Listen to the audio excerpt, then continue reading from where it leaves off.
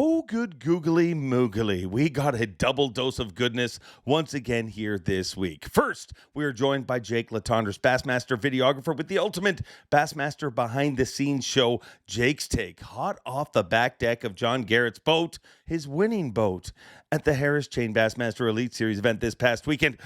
But that's not all. We have more. Finally, we are joined by Kristine Fischer, an incredibly accomplished kayak angler and a trailblazing female angler that has taken her talents to the Bassmaster Opens. This is going to be a good one. Jake Latendresse and Kristine Fischer join me this week on...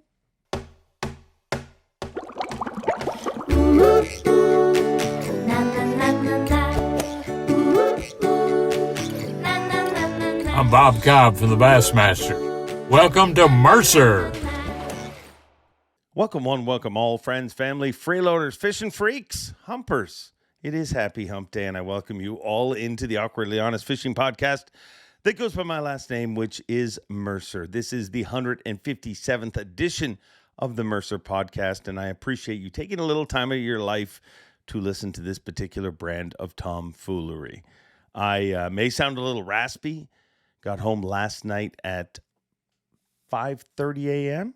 from the Elite Series event that was it was supposed to be a totally perfect trip. I was going to get a flight out on Sunday. Normally, after an Elite Series event, I don't fly till Monday because you just can't get a flight. Well, flying out of Orlando to Toronto, there's a lot of direct options.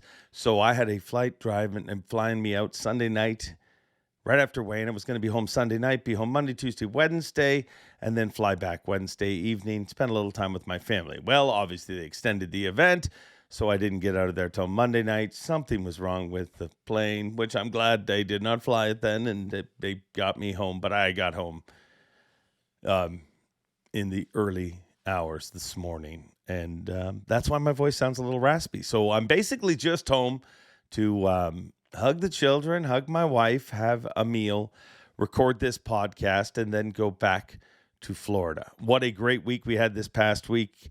John Garrett wins his first Elite Series event in his career and only his third Elite Series event. So another rookie wins. 2 out of 3 rookies have won on the Elite Series. And just when you think like, oh, last year was the greatest rookie class, they continue to deliver. It was a fun event. I want to thank all of you that came out to say hello and say hi. Many humpers I got to meet there, and I do appreciate you guys taking the time to tune into this podcast, but also taking the time to holler at me when you see me at events to say hello.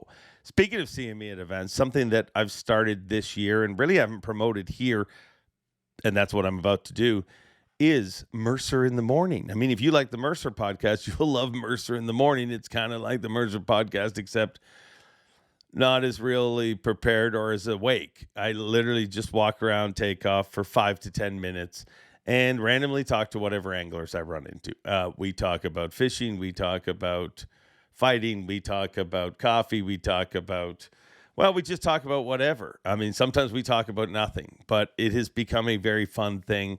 I post those live on Instagram and YouTube. So wherever you're at, make sure you're following Mercer in the Morning every single Elite Series day of competition, about an hour before Elite Series competition starts. So, I mean, I'm there at 6 a.m. walking around with my camera and before I have to actually grab the microphone and do the actual job that I am there to do, and that is interview the anglers and send them off. So it's a very unscripted, uncut, uncontrollable at times, and I hope you enjoy Mercer in the Morning. But I thank you for tuning into this show, a great show.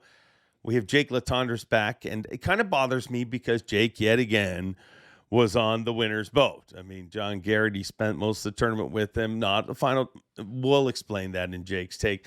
But we did have one particular viewer who, after Jake was on last time, said, enough of Jake. We'll just put him on when he's with the winner. Other than that, cast him away. So I was certain that I was not going to put him on the next time because he was with the winner. I wanted him to be on just because... to bother that guy, to be honest. Jake is a great part of this show. People love him. How can you say that? It is his birthday. Let me know in the comments. Happy birthday, Jake. And then, we're joined by Kristine Fischer, who is a trailblazing, bass-whooping kayak angler that is really taking a risk. And you know, on this show, I am all about people who take risks, people who chase dreams. And she is Not only chasing dreams, but inspiring dreams. And it's a very fun conversation. But first, Jakestake is back in your life. Let's travel all the way to Colorado with the birthday boy, Jake Latendresse. Jakestake is back in your life. Although I may sound like I'm barely even here. I think both of us are barely even here. You got home a lot later than I did last night, though, buddy. Hey, by the way, happy birthday. I mean, I might have had a miserable thank you. travel day, but it was during your birthday, so I thought about you a lot. Happy birthday. And yeah, I got in at 5:30 in the morning. I'm going to be home today, and then tomorrow head back down to Florida.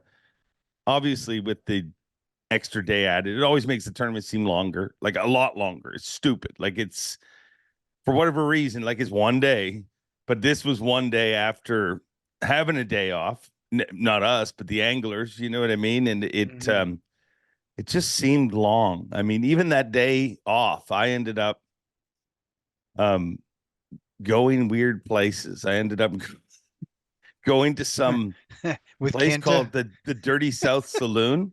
And did you go with Kenta Kimura? No worse. Matt Robertson, Lee, Caleb, Corey, Logan.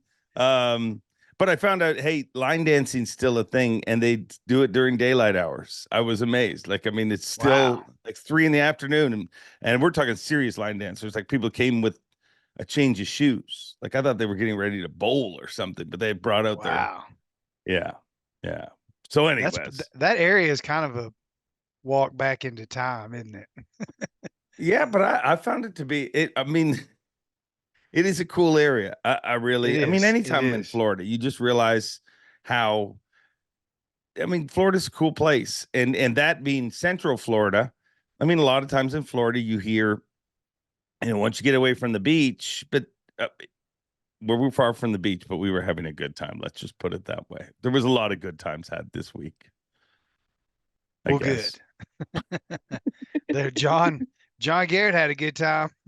That's right. He did. And for the second time out of 3 events, we have an Elite Series rookie winning Elite Series title. And the one that wasn't a rookie, literally, it was his first event not being a rookie. So that'll give lots of people on a lot of different YouTube channels lots to talk about this week. But Jake, you started off the week in Buddy Gross's boat, who was the defending champion at this very event. Correct. I'm assuming it didn't go well because Buddy Gross's last day of competition, he was giving me trouble and telling me I have to wear a different colored shirt on day one of the weigh-in because I'm clearly the shirt I'm wearing is the problem, and which I got to laugh out of because they're all insane. And when I say they all, I am too. Like you're not superstitious, but you totally all are. Pretty much, yeah. But he said that to me, and then the anthem started, and I was about to walk on stage, and then I had to talk to him in between the anthem and me going on stage, and I'm like, wait a second, buddy, how much stuff did you eliminate before you got to my jersey, my shirt being the problem? So, not a great tournament for Buddy, but tell me about it. Well, I don't think it started out very well because before takeoff, he was my assignment from the get-go, but I had to run the extra live view on his graph, and we couldn't get it connected properly. Let's take a second to explain that too, because I think people are just like, why don't they just show everyone's graph? To show a person's graph live, it is literally the live view unit, for layman's terms. That's what gets this shot of Buddy or whoever you're covering onto Bass Live. But literally, Correct. You have to have its own live view unit. So it's like 2 live view units on the boat to be able to do that. It's not quite Correct. as simple as people make it seem to be. I mean, sure, you could shoot the graph, but then you're not seeing Buddy. But to do them both at once and to do them the way they're doing them, it's a bit of an undertaking. Yeah, to get the picture-in-picture graphics on the TV screen for all of you at home watching, we have to have basically another live view unit, just like we have on the back of our cameras for the graph. And then we hook the live view unit that's dedicated to the graph up to the HDMI output on the graph itself, and that graph on the console has to be tethered to the front graph, which is gaining its graphics from the transducer.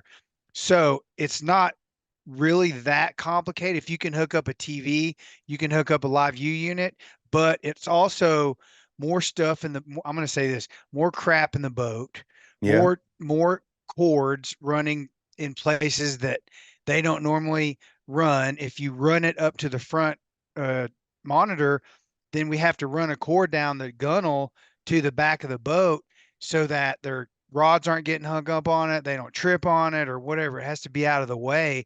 And we have a few minutes in the morning to get those things hooked up. Sometimes we can't find our boat, our assignment, and we've got 10 minutes to do it. If it's not working properly when we get in the boat, we've only got 10 minutes, then we've got issues and a little bit of stress starts. And I think, I'm not going to blame that on, what happened during the tournament, but it's like what the old saying goes, sometimes you wake up in the morning and things aren't going right. You probably should just go home and go to bed and wake up the next day and start all over or whatever, hit a restart button. And I think, there was a little bit of that going on in Buddy's boat, and taking some of that responsibility and putting that upon myself. Although I used the same unit the next day in John Garrett's boat and hooked it up to his HDMI output, and it worked just fine. So I don't think we ever did get buddies going. So we never had that Humminbird or Gar. I can't. No, he was running Humminbird 360 or mapping on his console. So we were trying to get either one of those to put into place, but it just never worked out. So having said all that to say, the morning didn't start out perfectly like we Smooth. wanted it to. Yeah. So that doesn't go right, but I mean tell me about It's the part rest of of the it. day. That's part of it. Yeah, I think, Buddy, he honestly, and I hope he won't mind me saying this because the truth is the truth. And Buddy has always been, you know, I've been in his boat a few times and he's always straight up. He's just Really it down is to what it earth. is. Yeah, it is what it is kind of guy. And um, he didn't have a good practice. And quite frankly, 10 seconds before full throttle at the end of the no wake zone at takeoff, he honestly didn't even know where he was going. And he Wow. just had a hunch. He literally made the decision on the fly. And I can't remember exactly, where it was, but he had 7 or 8 pounds, maybe 8+ pounds at the end of the day, and he was catching small fish. But I'll be honest with you, he was not far from where John Garrett was. So he was close, but just not on the X. How often does that happen in your opinion? A lot. Yeah. A lot. Yeah. I mean, the devil's in the details, and I think the details matter. And sometimes when, especially like after a big storm or something like we had, or a cold front or whatever changes occur, or the transition period, between stages of fish, things can happen really quickly. And if you're not following those details, you know, like on their coattail, you can miss it by literally 100 yards or 50 yards or whatever it is, and I'm not saying he was that close, but every day I went past that spot with John Garrett, I mean, we came off pad and we were cruising into his spot from not too far away. So Buddy's tournament did not go well, but day two, you hook up with our eventual champion, John Garrett. John Garrett. And I've never been in his boat. I've filmed a few opens.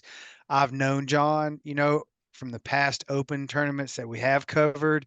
And he is, let me start off by saying he is a really, really nice guy. And I Yeah. don't think there's anyone that would argue that characteristic about him. He's a super nice guy. And we grew up about an hour and a half 2 hours from each other. He's a West Tennessee boy, which I am as well, and he would consider Kentucky Lake or Pickwick his two home lakes, which Kentucky Lake is my home lake where I grew up. So we have a lot in common. We're Tennessee fans, and we hit it off really well. He's a good dude. Good dude. One of those dudes who's like the world's oldest young man. I mean, it always has Yeah. been, like, since he Yeah. fished his first classic, through the college program. He's just one of those people that you're like, wow, he's very mature and very put together. But I mean, he struggled to get here. Like, when you look at it proving again, and it just gets proven over and over again, like, you want to write a narrative. And when he fished the classic, I think it was in 2016, he was one of those guys. And you get different collegiate people that come along. Jordan Lee was obviously one of those guys where you're like, yeah, he's going to be back here, whether it's through college or whether it's through the Opens. This is where he's supposed to be. But he's been one of those dudes that literally has got all the abilities and all the talent, but just has been 1 point short, 2 points short here and there of qualifying. I've had a culling infraction, that cost him a tournament and an Elite Series berth. But he's finally here now. And like a lot of these rookies, it didn't take him long to make an impact. Even though, and I think this has been said a few times over the past really last 24 hours, from live to, your segment to social media posts from since he won last night through today. You call him a rookie, but he doesn't really seem like a rookie, but he's still a rookie, right? And he doesn't act like a rookie when you're in the boat with him. And I actually thought about that many times through the days 2 and 3, thinking about the decisions that he made and adjustments that he made, which were extremely minor, but they were significant changes. And when he made those decisions, I told myself, man, this guy does not seem like, he seems like he's been around forever. And so he fished. So he won the college bracket in 2016, right, to fish the classic. And then did he fish the Opens for 4 years until he qualified in his 5th year? Yeah. And he had been there kind of knocking at the, there's several anglers like that you're just like, wow, they're just every year. I mean, you see some anglers get close to making it, and then the next year they're way down there, and they just don't have that same year. He was always right there. All I mean, and I will say one thing: when you said he doesn't seem like a rookie, which one of the rookies does? Like, that's the truth. That is a great point, dude. This is stupid. Insane. It really is. And I mean, we're 3 events into the season, but if at the beginning of the season you would have said, will this rookie class compare to last year's? 4 titles were won last year. You're like, by rookies. And I'm like, yeah, there's no way that's going to happen. Well, we're 3 events in and 2 titles have been won by rookies. And they're none of them even looked like they feel the moment. Like, you watch Tyler Williams. I mean, he's giggling, laughing, enjoying himself. Trey McKinney. I mean, just all of them, every one of them. JT Tompkins, dude, that kid is a fierce competitor. Like, I'm talking about like a caged tiger. Like, he has got the attitude. Like, we can be friends after this, but right now you are the enemy and I'm going to stomp you in the ground. Like, he really does. He is a very, very competitive kid. And I guess that's what it takes. I mean, all these guys, like you just said, John Garrett, Tyler Williams, Trey McKinney, JT Tompkins, and not to mention the others that are Logan Parks. Robert G. Jesus, they're all freaking really good. Let me look at our Rookie of the Year standings right now, because at one point I looked yesterday, and at one point Robert G. was in last place in our Rookie of the Year standings. Robert G. has had a 3rd place finish. He's in 9th now. Tim Doobie's in 10th place. But Robert G's in 9th place for just to let you know how good the rookies are. He's had a 3rd place finish, made a was in the 50 cut this week again, and he's in 9th. Like, it's stupid. Every single one of them, Kyle Patrick, Wesley Gore. I mean, every time you turn around, there they are. You know, and it's like, holy crap. and they're not. If I was I an mean, angler, I'd hate them too. you said it, I didn't. Uh, Sorry. they're. Hey man, I mean, from a competitive perspective, they're easy to hate, but from a fan's perspective, they're easy to love. Yeah. Yeah. I mean, I think it's super cool. I mean, it's scary. And JT Tompkins told me this was at the end of Fork a couple weeks ago. He told me that he's like, dude, this isn't even the best rookie class. Like, just wait. You wait and see what's coming. This is not even scratching the surface yet. So I don't know. Stupid. I don't even know how to react to that. Yeah. No, it's nuts. It's nuts. Okay, well, let's get back to our um John Garrett. You're in the boat John with Garrett. him. Day Yeah, two. so I'm in the boat with him. Go I was Vols. look go Vols. We said that a few times, definitely. And he had two spots, and he had one spot on his way to his honey hole that he stopped at every morning. And Logan Parks was fishing there. There's a couple people fishing there, and it was really more of a let's catch our five, and not necessarily well let's just stop here, get our five so we're comfortable. It was really more of a I know I can catch five here, plus I don't really want to get to my spot till about 10 or 10:30, because that's when the consistent bite has started with the big ones anyway, and I don't want to put any pressure on this fish until I have to. So that's what he did. He stopped there and caught his whatever 8 or 9, maybe 10 pounds of fish in the first hour and a half, 2 hours. And then off he went to his honey hole. And his honey hole was like I mean, literally, you go through these cuts, all these chain lakes. Some of them are big, some of them are small. This one was a small lake, and it reminded me of something you'd see like in Nebraska, where there aren't many big lakes. And, there's a neighborhood around it, there's houses, and it's almost like a community pond, a little bit bigger than that, but you know what I'm Yeah. saying. And so really his location, let me see, the people that fished there that I saw were Kenta Kamira, Polinick showed up for maybe 30 minutes one day. Um, and then really it was JT Cody Huff was Tompkins, there too, wasn't he? Cody Huff. Yeah. They actually shared that spot on day two for quite some time, and they were talking back and forth. They're really good friends.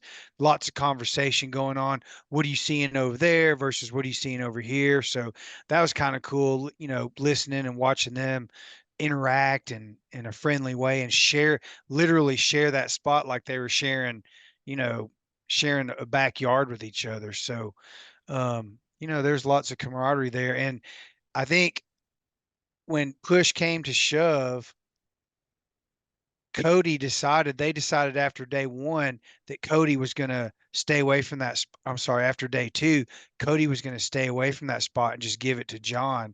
And during the time he spent on day two in that spot, I would say it was about 150 yards long, and maybe it was really two spots, two shell beds that were not exactly adjacent to each other, but they were separated by some grass.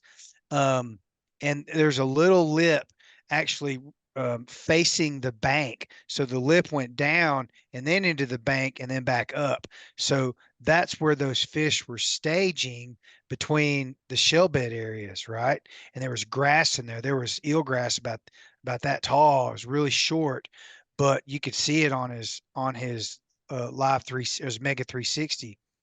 And so, when they were sharing this, when he was sharing that spot with Cody Huff, you could tell that the bite was slow. I didn't know this because it was the first day that I had gone in there, Yeah. but it was pretty slow.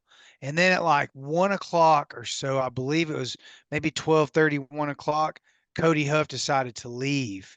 And they were, I think maybe they caught one or two fish in there while they were sharing that area. Cody decided he'd had enough and he left. And literally, like 15 minutes after he left, John catches like, I forget what it was, maybe a 6 and a 4 back to back. And he's like, so then all of a sudden it became apparent this place, it really isn't big enough to share with even one other person, because when he went to the right shell bed, he gave the left shell bed time to rest. When he would catch one out of here and fish it thoroughly, then he would turn around and go back to that other spot and literally catch one there or two there.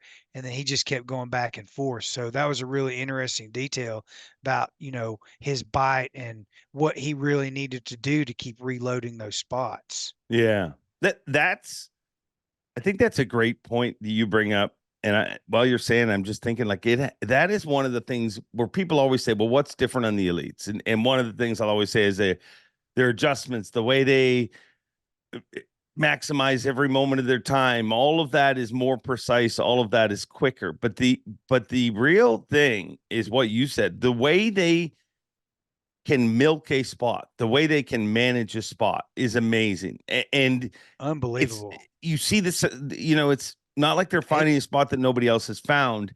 It's just the way they fish it. I mean, an average angler will sit there and blister them until they can't catch anymore and then move over. But to have the forethought of resting and managing it, I mean, that's what makes the Elite Series what it is. I agree 100%. And he managed it, like, even with his baits. Let me back up. I counted, believe it or not, I didn't count. I calculated how many casts he was making per hour. Okay. Cause he was bomb casting the DT16s on a big rod and bomb casting these things as far as he could throw them, and then literally cranking it down until he could feel the bottom, and then he just steadily retrieved it back. And he made 2 casts per minute, and he hardly took any breaks. He might have taken a break to go to the bathroom. He may have drank a small Gatorade or a water, and he was back to cranking. And most of his fish, I mean, he threw a Carolina rig, he threw a jig, a Texas rig with a worm on it. He threw a jerk bait a couple of times.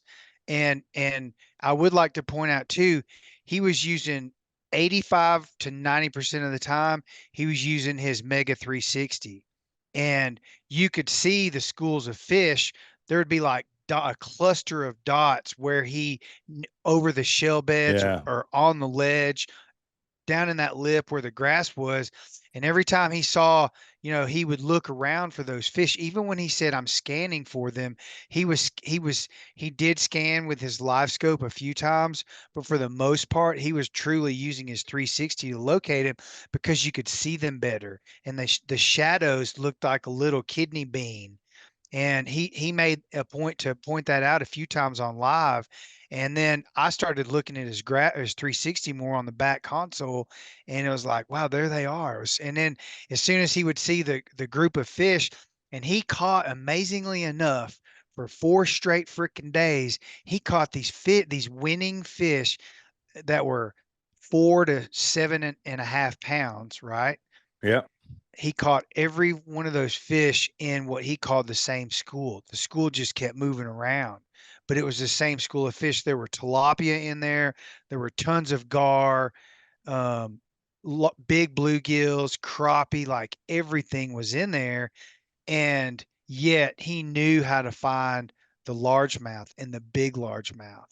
And one time, I think it was day 3, he was casting the same DT16, and the freaking lip broke, and and he only had one of them. And I was like, really, Why do dude? fish always bite the lure you only have one of? I It doesn't matter. You could have 10 of every other color. know. That's the one Yeah. they bite.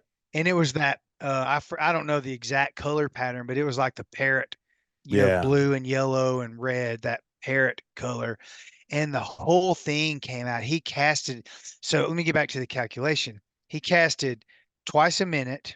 It took him 30 seconds, roughly between 28 and 34 seconds for every retrieve. So he casted twice a minute.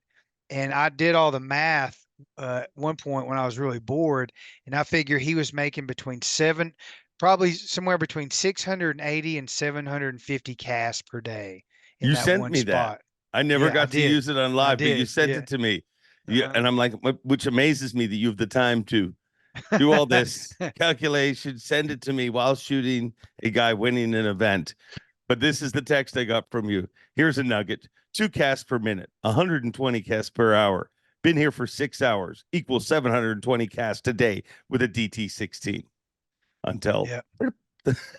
so did So the was when the lip came off, did he just switch up he or no, he was tripping. He was like he casted, and the his crankbait went flying, oh and yeah, you could hear it pop, and you could hear it going, and then you could see it floating out there, and he went, "Son of a mother!"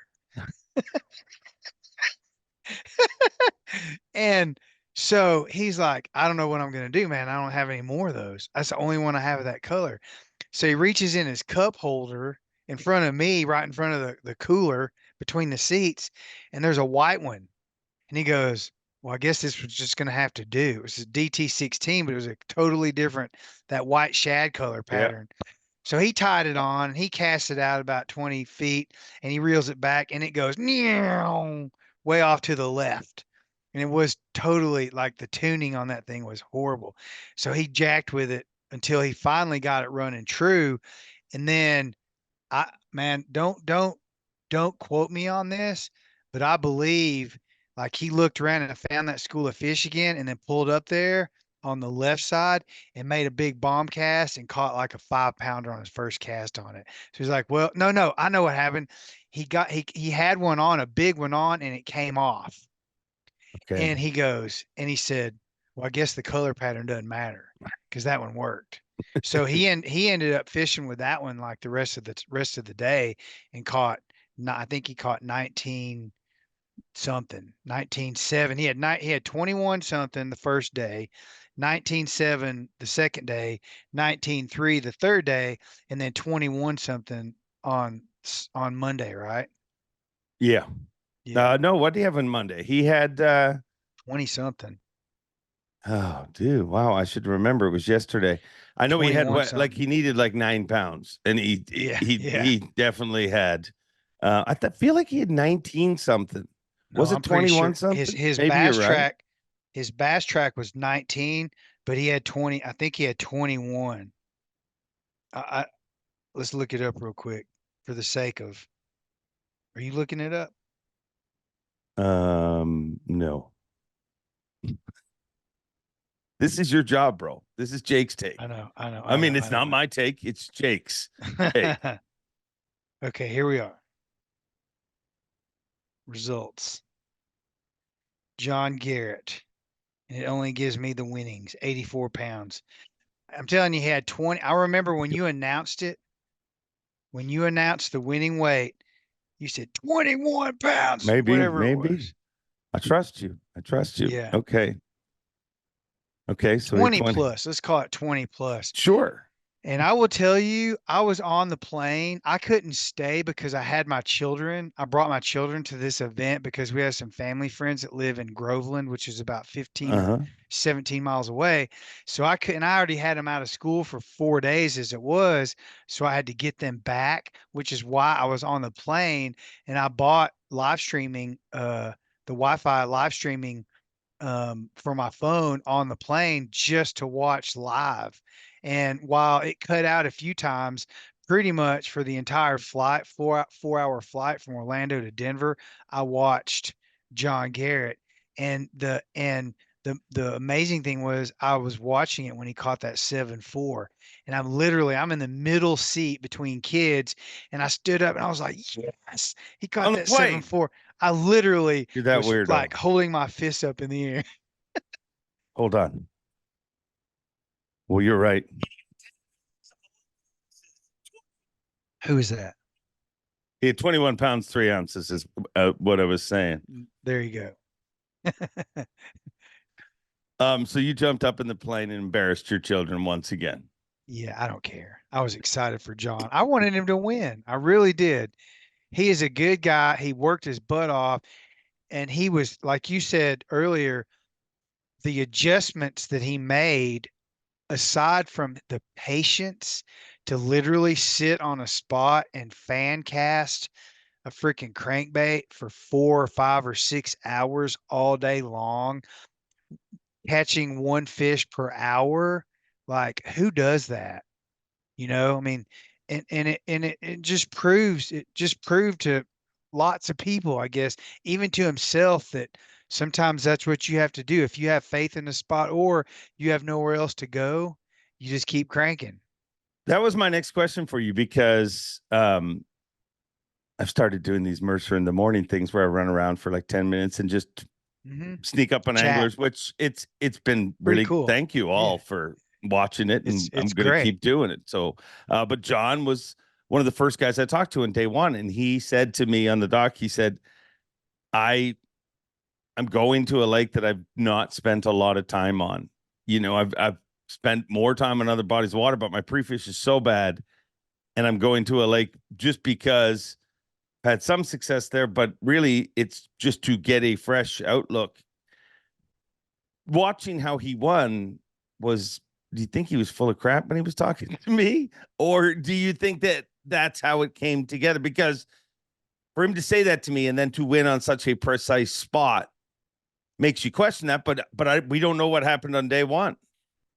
Man, you go back to Chickamauga when Lee Livesey won, in that lily pad or that big giant grass mat that he was fishing. He knew, like, I got in his boat day two, and he told me that day, he said, I'm going to win this tournament.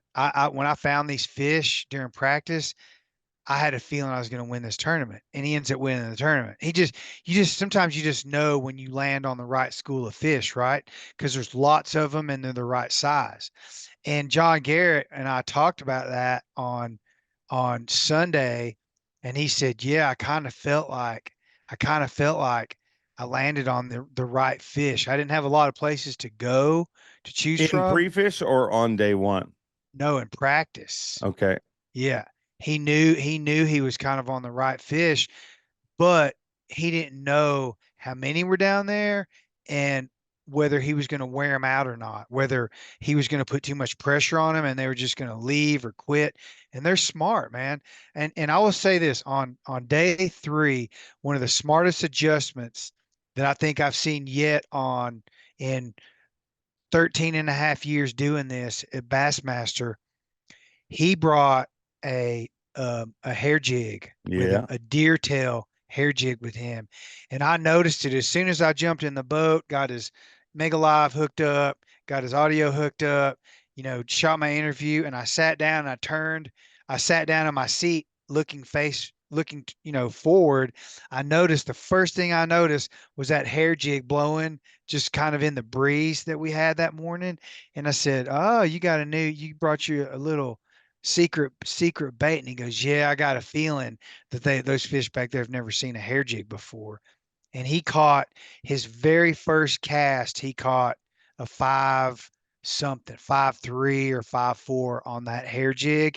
And that lure, I mean, he did a lot to win that tournament, but that jig caught, like, consistently caught fish on day three in a school that he felt like he overpressured, and that freaking hair jig caught, I believe, four. He lost one big one that we didn't see, but he knows it was a big one.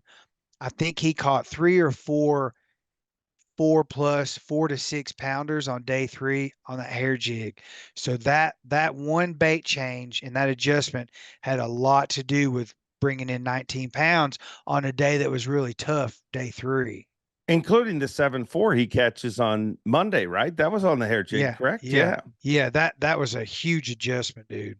And again, it goes back to how they manage spots. And I think one of the things that gets said a lot, and I do agree with it, I don't know that he really knew. Like, I think he knew that this is a potential area going into that day.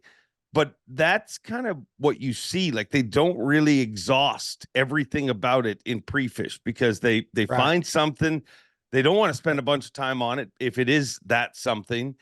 And then throughout the tournament, and I think that's what happens when I always, blame the anglers and sandbag them. But the truth is, they don't really investigate fully what they have. They do that throughout the event, and Agreed. And that's what he did. And Agreed. Their adjustments either fail or succeed. If they fail, then they have to go do something totally different. And they, sometimes they can spin out. If it works, then all of a sudden it works again. You find that when they do something twice, then that's enough of a pattern for them to get on it and stay on, at least give it a shot. And so every time something happens, like I think I learned that with Jason Christie.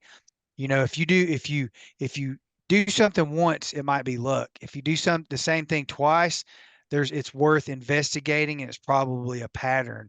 And that's what he did. I mean, that was truly impressive, and you could see why too, because that hair jig looked so real underwater. And he would flare it. He would crank it and then twitch it, and it would flare and stop. And every time the fish bit, it was when he flared it and it started to fall, and the fish would smack it. And I mean, it went from, a crankbait bite to boom. I mean, it was like a swim bait bite. And so and go ahead. he did lose. He lost day two. He lost three, at least two, maybe three really big ones. When he's like, oh yeah, this is a big one. And he lost several on those crankbaits. I think they had the back hook, and they weren't getting hooked well. And he had a 5-pounder come up and jump and spit the hook out. And so having that one hook in that hair jig was really, he was getting a better hook set. He only lost one on that thing, I think, in 2 days. So again, it was just a smart adjustment on his part. High percentage bait. Hmm. The narrative that everyone's going to paint, because it's another young rookie winning, is it was all forward facing sonar. But I mean, before we even started recording, you said that was not the case in your opinion. No, he used it.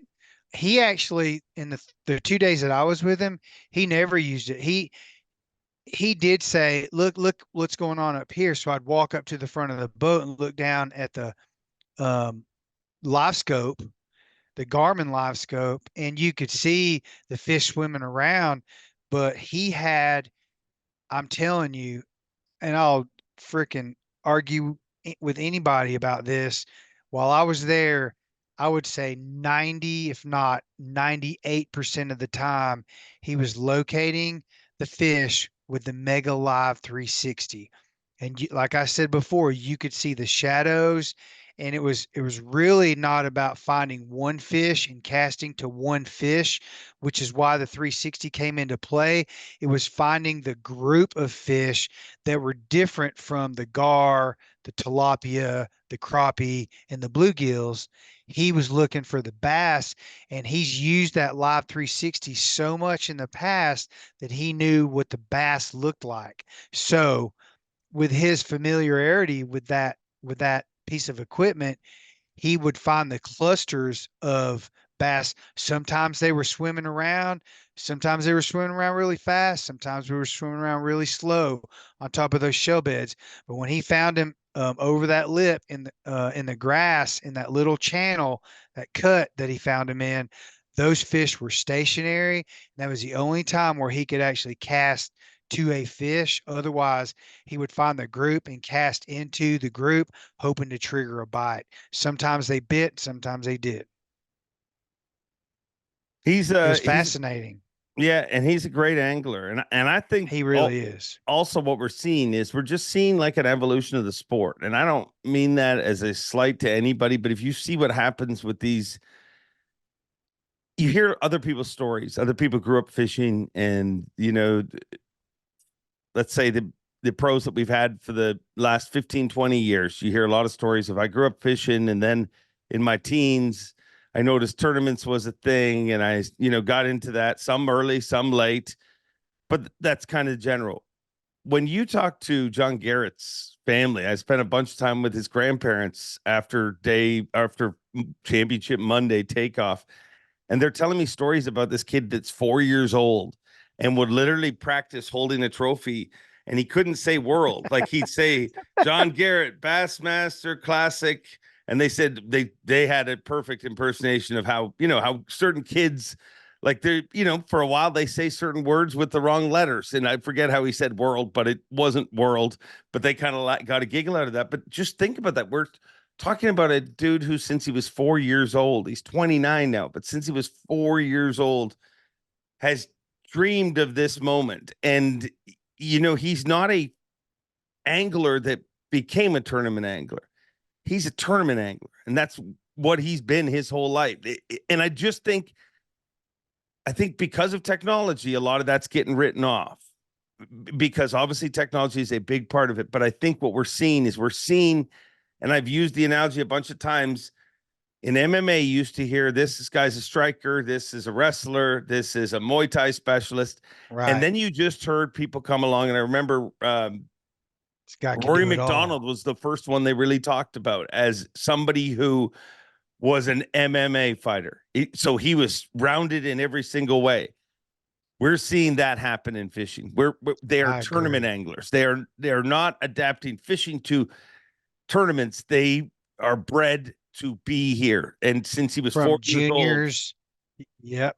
Now, fast forwarding it to your modern day rookie right now, like the JT Tompkins and the Tyler Williams or whoever, these guys have grown up fishing tournaments through the juniors, the high schools, the colleges, and all the other little local tournaments in between. They fish with their dads. They understand the competition. They're really polished with all the coverage and even the phone, social media, posting videos and photos. My son's 9 years old. A camera doesn't bother him a bit because he's used to it. And that, I'm just using that as an analogy as to, how polished these guys are. You listen to any of them. I'm going to pick JT Tompkins and point a finger at him really quickly, because when you ask him a question, whether it's on stage or on the boat during live, he answers the question very thoroughly, very professionally. He knows what he's talking about. Trey McKean, they're all like that. I do get a kick out of Tyler Williams. His little giggle. He's like, I hate to say this, because I'm a man's man, but he's kind of cute. I don't know if I'd use cute. Listen, I've spent a bunch of time with him since last season, talking to him and stuff. And I told him from the start, I'm like, you've heard me say this to every one of them, whether they're veterans or whatever. And if they say, what do you think I can do to help? I'm like, just be whoever you are, whatever it is, be it. And at times it might seem, when Seth Feider started being himself, to some people that seemed weird, but obviously we've seen him being yourself pays off. And dude, that kid is 100% himself. 100%. Ordered a boat with a black seats and black carpet. He said, bad idea. And at one point during the tournament, dumped ice water on his deck to cool off his feet, then sat in it and got a horrible case of baboon butt. Yeah. But it's cool to see, they're not, when you watch them, it's so weird to see that it's like they don't feel the moment at all. Like they're just literally out there. Oh man, like it's weird. It's like a different level of it. And I pointed out during live, and this was not a slight to it, but I'm watching KJ Queen fish, and KJ Queen's a great angler. KJ Queen was John Garrett's roommate at Bethel, part of that Bethel juggernaut. The amazing anglers that have come from there.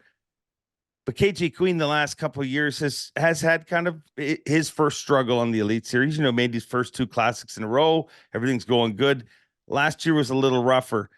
I'm watching Tyler fish. And then you see KJ Queen fish, and he's setting the hook. And as soon as he starts fighting the fish, he's like, don't get off. And it's just that whole, like, you can feel the pressure, which it's natural. He's got kids, he's got pressure on him. There's this fish could win the tournament or win you $10,000 more dollars in the payout or whatever. Which every fish counts. Yeah. I'm not slighting him in one bit about that, but I'm just like, just the habits. You see these kids and they're like, dude, You watch them fish, and it's literally like they don't have a care in the world. And that's what makes them scary to me. Not the fact that, sure, they're great anglers. Sure, they've figured out a way to catch them. But man, they're up to this point unflappable. I mean, it's shocking. Look behind him, Dave. Tristan McCormick, Tucker Smith, Hayden Marbut. Hayden Marbut just a few weeks ago won one of the Toyota series. He won $100,000. McCormick has won the college bracket. He's fished in the classic. He's won an open at Hartwell. Tucker Smith won three back-to-back high school national championships. He won two college national championships. I mean, it's not like, it's like a college football player coming out of Alabama or Ohio State or one of these big schools or Michigan now, and they come into the pros, they're already there. They already know what playing in a big game feels like and how to interview, in the locker room or post game for local news stations to ESPN. It's the same sort of parallel, in my opinion. But I think it's almost the weird thing that's happened is it's almost you see like a freedom in them. And what I mean by that is I think what's happened, weirdly enough, it is so hard to make it to the elites now.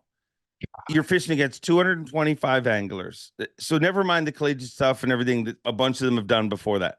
But just your trip through the open. So now you're fishing against 225 anglers. Anybody who's competed in open has told you it is a whole different experience because I mean, you have that many anglers pre-fishing. There's that much more pressure. I mean, it's almost, you hear anglers say it's almost not good to find them in pre-fish because if you find them in pre-fish, other people have, and they have been sore mouthed by the time the tournament starts, and maybe you get a day out of it, and that's it. Right. And when you talk to Tyler Williams, and he said, last year you couldn't have a bad day. You couldn't have, you would fall off so quick. And it's like they're more free here. You know what I mean? Like you have to get those. I mean, you have to get a limit every day in the Elite Series too, but it's the freedom of spots. It's the freedom. It just feels like, and I think what we're seeing is a result of the hard work by a lot of these anglers that have been put in. And I don't mean the juniors. I mean for 10 years, we've talked about growing the sport. For 15 years, we talked about growing the sport, and every single professional angler, YouTube angler, TV show angler has flooded the world with information. And these kids, like, while that's been going out there and everyone's just been thinking we're putting videos that, well, these kids have been force feeding it. These kids have been drinking from a fire hose and they're getting ultimate information.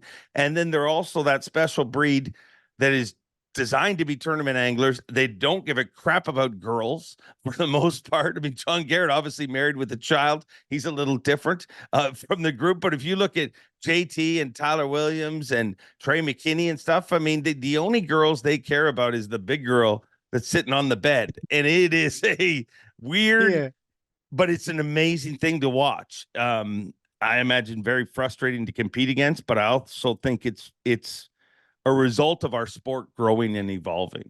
I agree 100%. I mean, all those people, there's always people, that have come in front of you that have paved the way, the Rick Cluns, the KVDs, the all of them. I mean, every single person that makes a successful career out of fishing has paved the way because they've either brought their own style or characteristic into the game, and they've taken information that they gained from someone in the past and evolved it into their own style. Depends on who their hero was. I mean, some people, were flippers because of Denny Brower. Other people's were crankers because of Kevin Van Dam. Other people were spinnerbaiters because of Jason Christie, whoever it might be. There's always someone that has paved the way in front of you.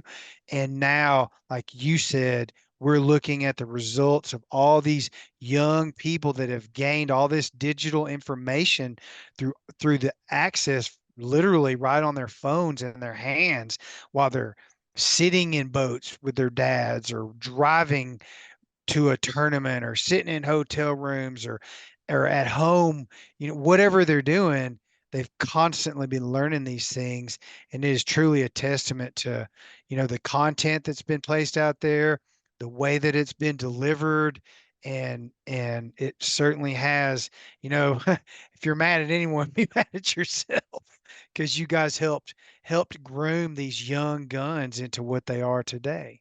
Yeah. I think it's cool, man. I really do. I'm not fishing against him, so it's a lot easier for me to say that.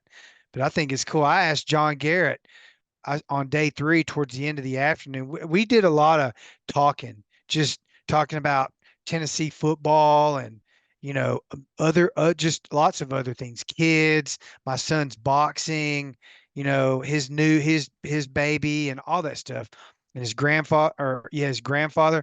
And I asked him one day. I said, this was on day 3. Who was your hero? Like, I'm really interested to know who your bass fishing hero was. And he said, Mark Menendez. And he said, that guy has given me more information and has been like, he was like my leader into this. And he's who I wanted to emulate growing up. So shout out to Mark Menendez. John Yeah. Garrett, John Garrett comes from your mold, buddy. Yeah, and the cool thing about that, and the reason I started smiling as soon as you said that is one of the first dudes on the stage, like not waiting down for him to come off the stage, but literally came up on the stage to give him a hug was Mark Menendez. So There you go. I mean, John Garrett is a young Mark Menendez. You know what I He mean? is. He Personality is. wise, He that is. calm, thoughtful. Yeah, I mean, he's He definitely, answers. Yeah, he's a very professional. Has a very professional um, persona about him, yeah. just like Mark Menendez. It's very true. You mentioned Denny Brower, and it got me thinking when you said that, like all of these people that have come and we've seen Denny as a flipper and this and that. That's a prime example. I mean, Denny started his career when he was 34 years old at Mm, Bassmaster, right. 34. So let's say for 14 years, from the age he was 20, maybe younger. I mean, he was a masonry. He was laying stones. He was focused on that. And then he got to the point where there's freedom. I'm gonna take a shot. These kids ain't learning how to lay bricks. No, These kids no. know how to do one thing, and almost to a fault, I'm sure, if you talk to their families at times, but they know how to do that one thing very, very well, and that is catch bass. And I mean, there's a lot of season left, but if you look at what's happened so far, it's ridiculous. Like, I mean, and it just keeps like, dude, the first event of the season, I was touting Kyoya Fujita, and I'm like, this guy to Davey had him like Davey, who's had a harder start to their Elite Series career. I mean, he had made last year, he made 5 out of 9 10 Top cuts. tens. Hmm. He won one. And then the first event in his second season, he wins. And I'm like, he's got 2 wins, 2 century belts, 6 out of 11. 6 Six out out of of 10. 11. No, 6 out of 10 9, events. Yeah, 6 out of 10 10. top 10s. Who's got a hotter start? And then we're 3 tournaments later, and I'm looking at Trey McKinney, and I'm like, well, wait a second. He has 2 top 10s and a 12th. Like, it's just stupid what's happening. So, I mean, I think JT Tompkins is going to win but one before this year's over. He's like he keeps creeping up there closer and closer. And that wasn't the first time John Garrett and JT Tompkins had battled it out. In fact, I think someone mentioned it on live.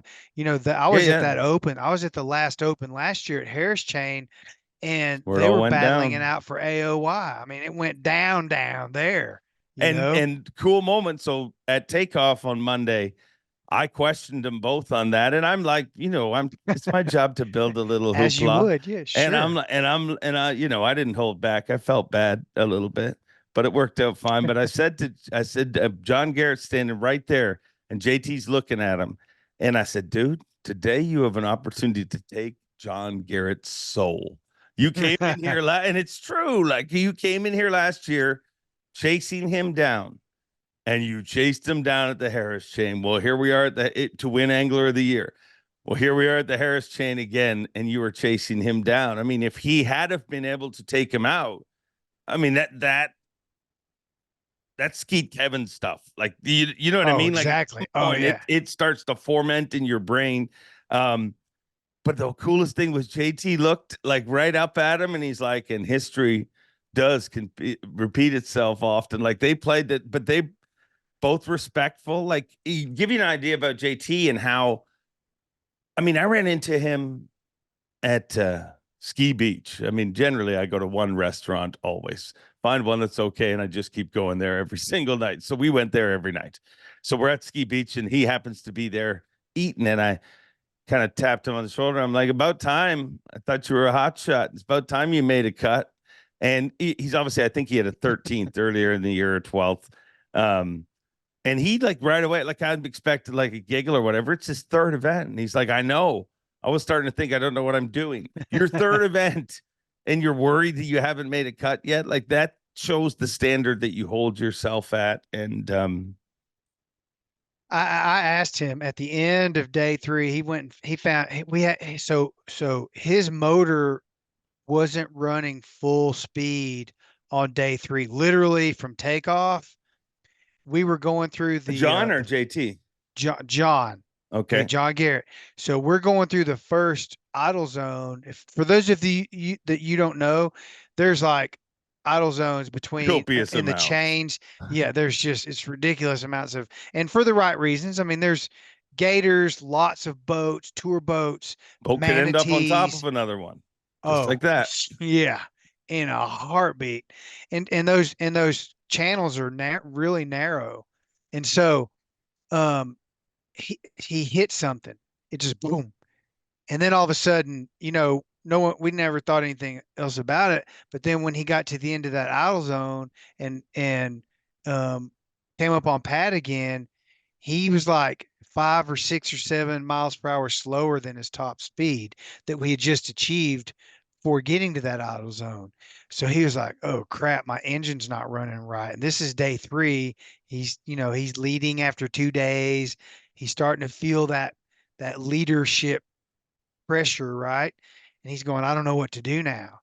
And he goes, "Well, I'm just gonna, hum it along, and we're gonna get back there, and then we're probably gonna leave early to give me plenty of time to get back. And if something happens, I'll just hitch a ride with someone."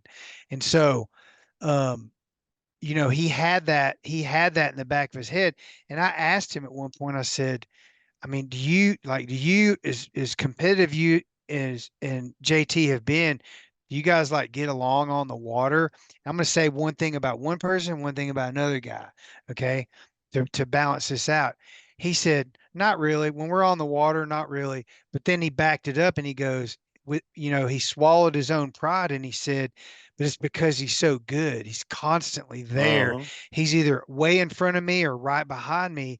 And I feel like, this is like my uh my rival. And so they have that one-on-one competitive spirit between them. But then I think you asked JT on stage, something about his feelings, and he gave for whatever however long the duration was of his response to you. I bet he spent 50% of it giving John Garrett credit for being the angler that he is Yeah. before he came up on stage to weigh his fish. And I thought that's how rivals should be. That's like, you know, Marvin Hagler and Sugar Ray Leonard, or, you know, pick your rivals. And that's how true rivals are. They hate each other when they're in the ring or on the water, but they love each other and respect each other when they're not. It's pretty cool. Very cool. Very cool. So I guess we'll kind of give you a pseudo win here this week because I mean, although you didn't ride it out to the very end, just when you think Jake is no longer part of Championship Monday, John Garrett reminded us that Jake may no longer be in the boat, but his musk remains.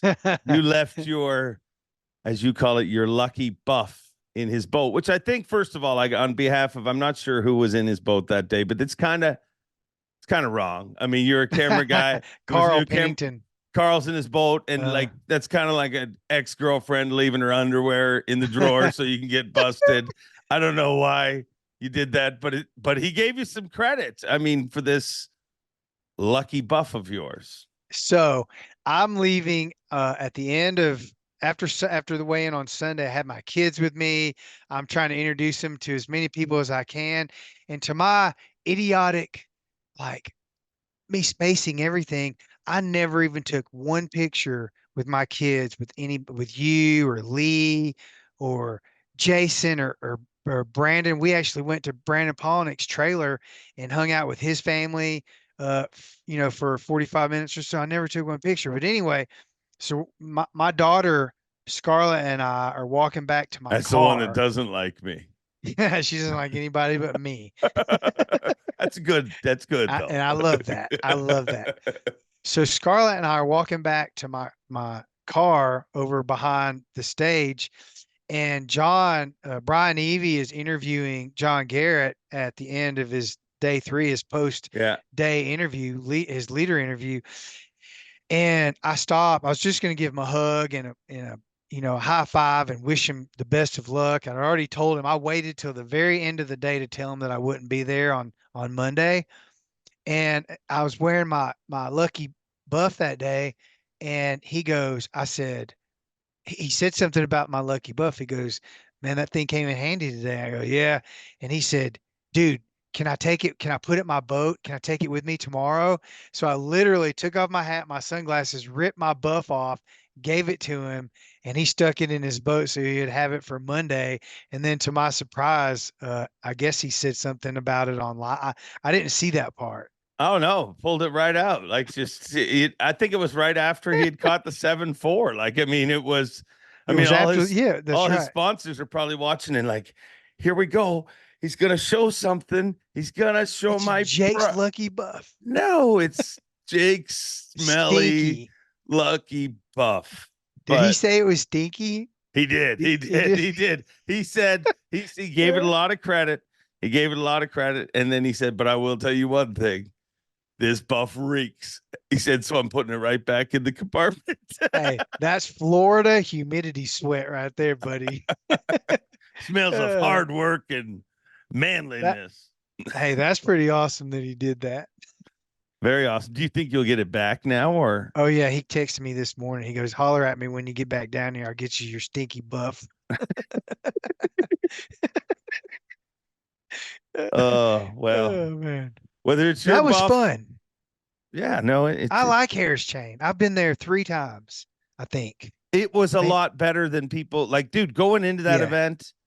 I heard from anglers like, oh, this is going to be, and I don't know if it was just 2 days of, I mean, anglers don't do good with time. I know that. Like, right. Yeah.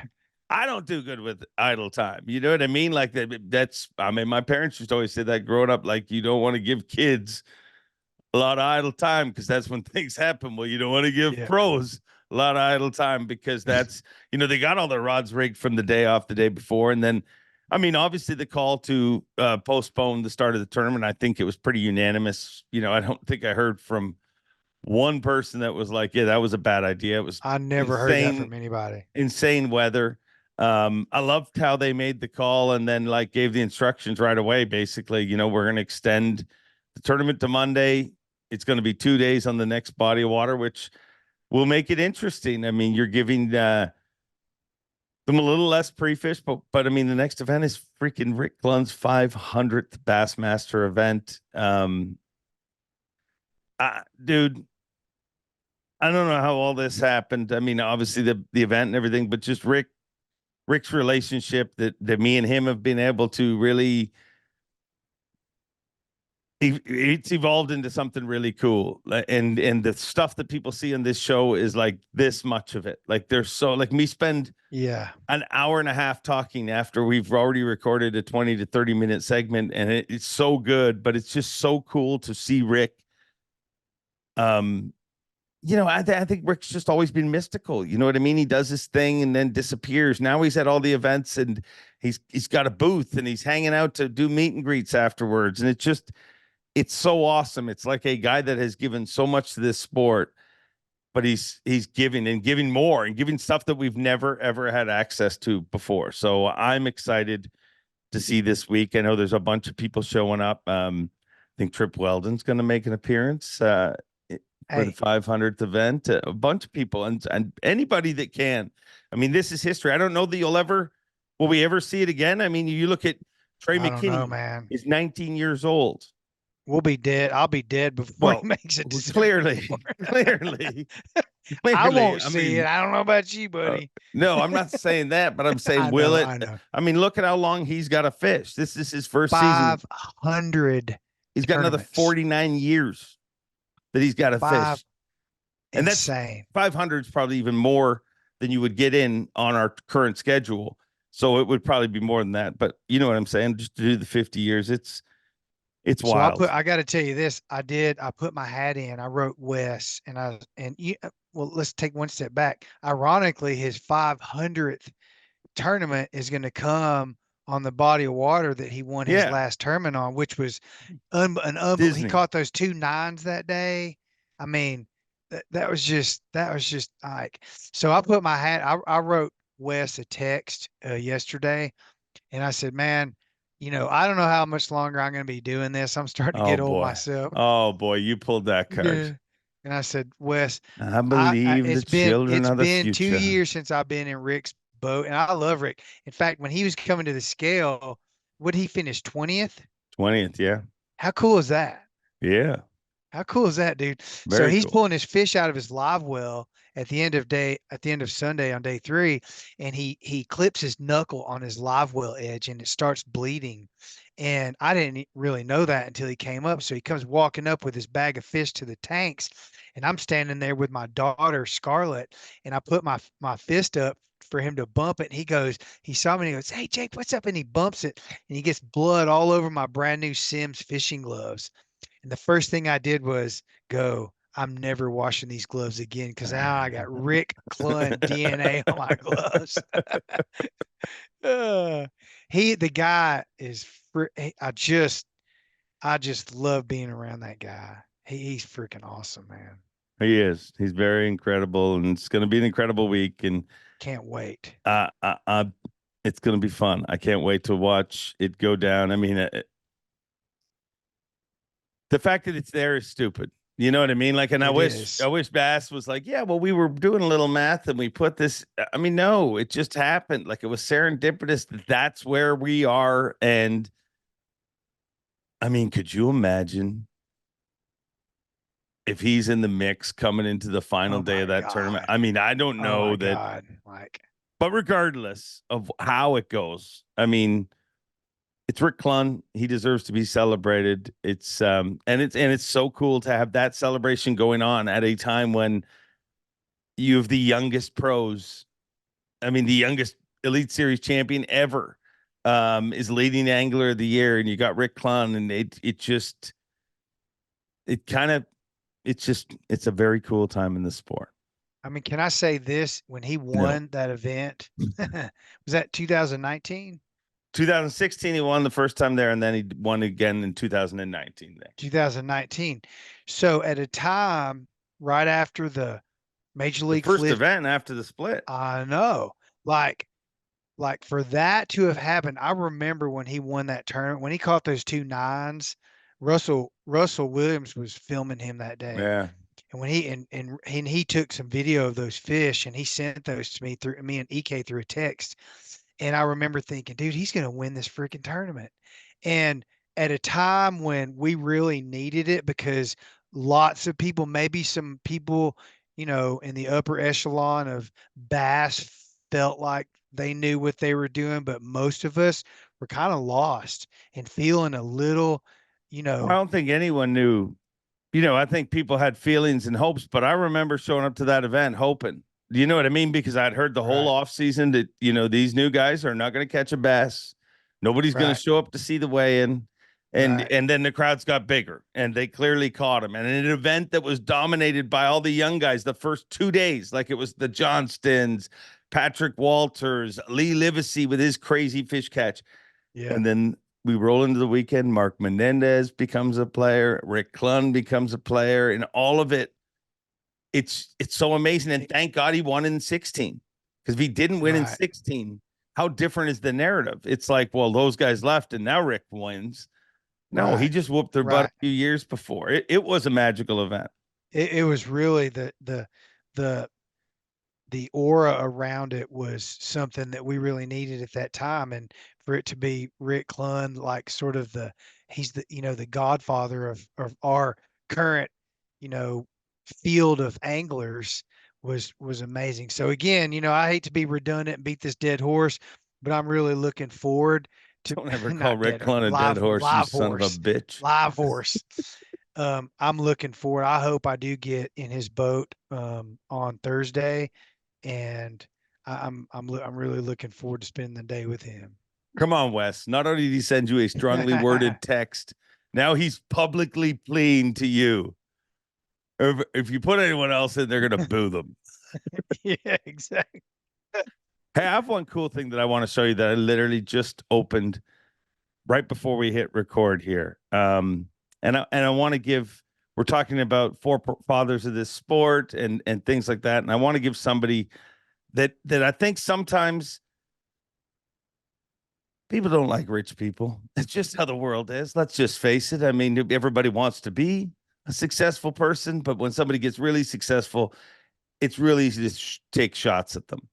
Mhm. Our sport has an amazing person that's part of it. I mean, what's amazing about our sport is the people.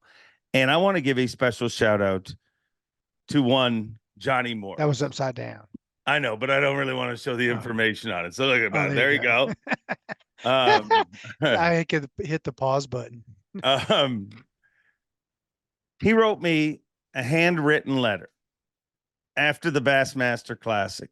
Johnny Morris, he's an incredible, it doesn't matter what it said on there. It was very kind. It was very nice.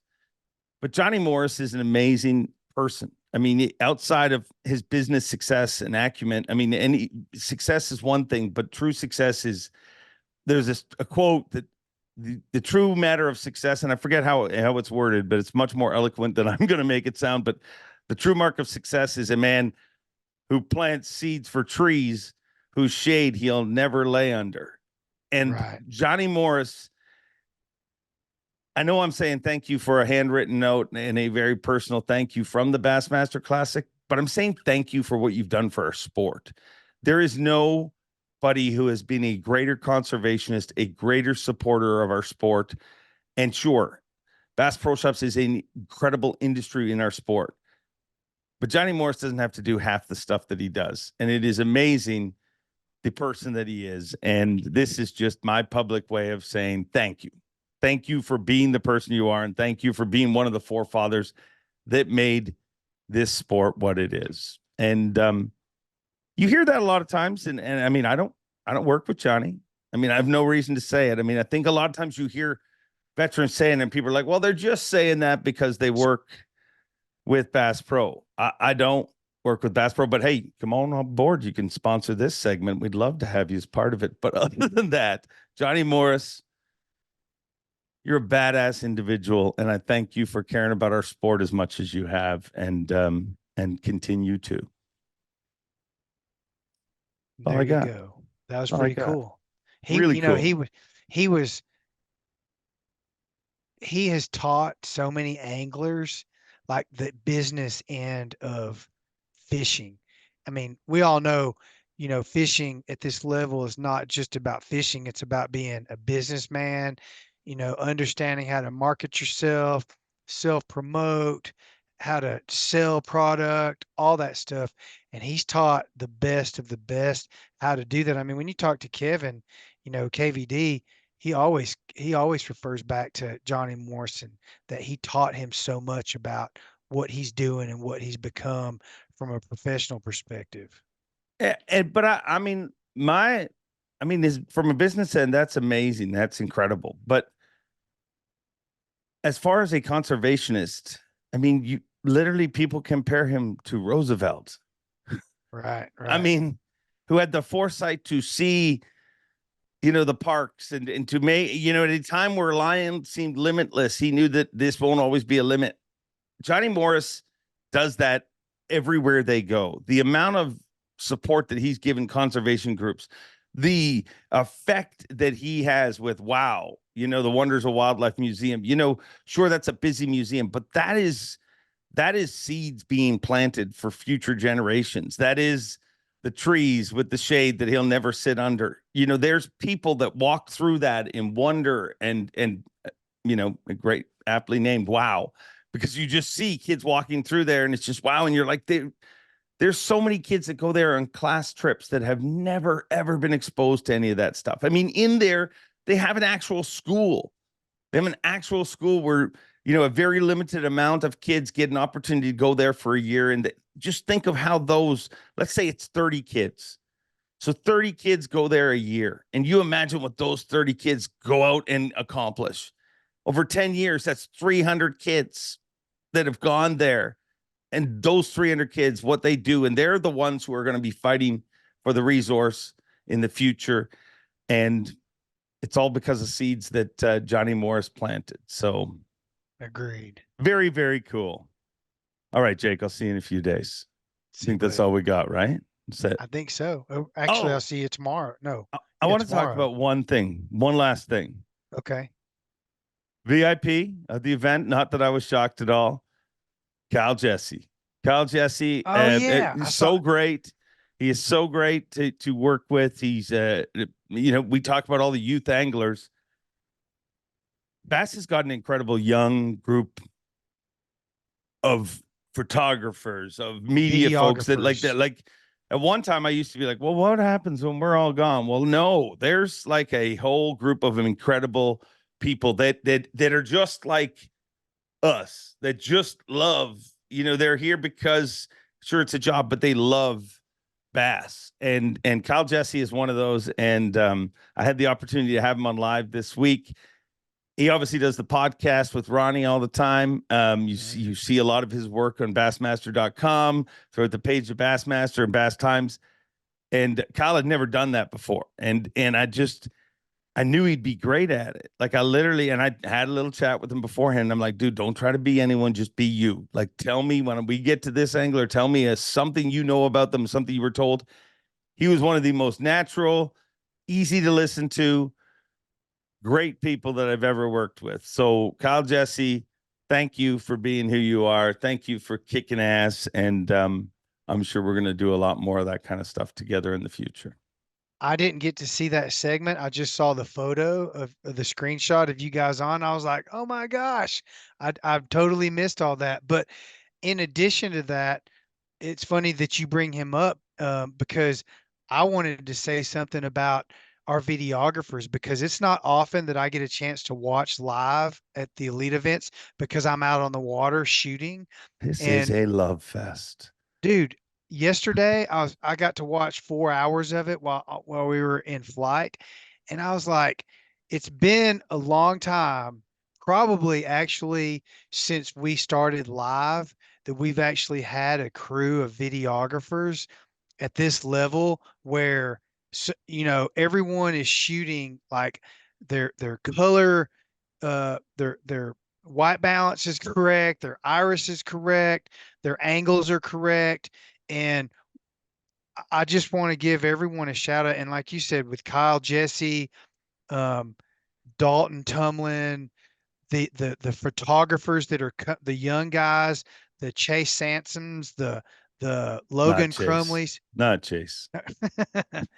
They all like want to be. It's funny because they look up and they see the guys that have been around for a long time, and that's what they want to be. They don't want to be him or her, but they want to be at that level doing what they're doing, because this is an exciting sport. We all love bass fishing. We all love being outside. It's a traveling carnival or whatever you want to call it. And all these guys are getting really, really good. Dalton Tumlin, like he advanced as a digital photographer. Great. From a rookie to a professional as quick as anyone I've ever seen. So the whole media crew. You're supposed to hate him now. I don't. I love all those guys. The Brian Evies, the Brandon Fiends, the Carl Penningtons, the David Penningtons, Seth Doman, um, Trey, You're gonna forget Dan, some all of them. people and piss them off. Yeah, and that's fine. All of them are really good.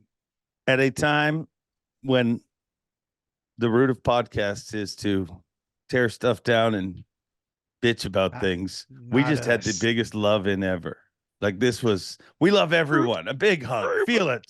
I believe the children are the future. That's Teach what them it's all well and about, let right? them show the way. Don't you know the next line? Show them all the beauty. I don't know that. All right, I got I to don't get a know this stuff. plane.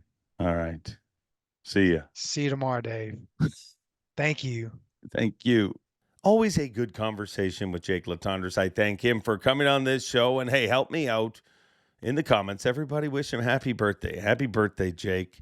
And thanks for being a big part of this show. I'll have you on here, whether you're with the winner or not with the winner. And whether he's in the boat or not, Jake proves that there is a way for him to be in the boat. And he left his musky mask in John Garrett's boat, but it paid off. And thank you for everything you bring to the show. And I get it, this entire episode is a very long one, but I've always told you guys I'm never going to cut a good conversation short so that we can fit it into a box of podcasts should be this long. So if you need to break this into a couple of viewings, that's fine.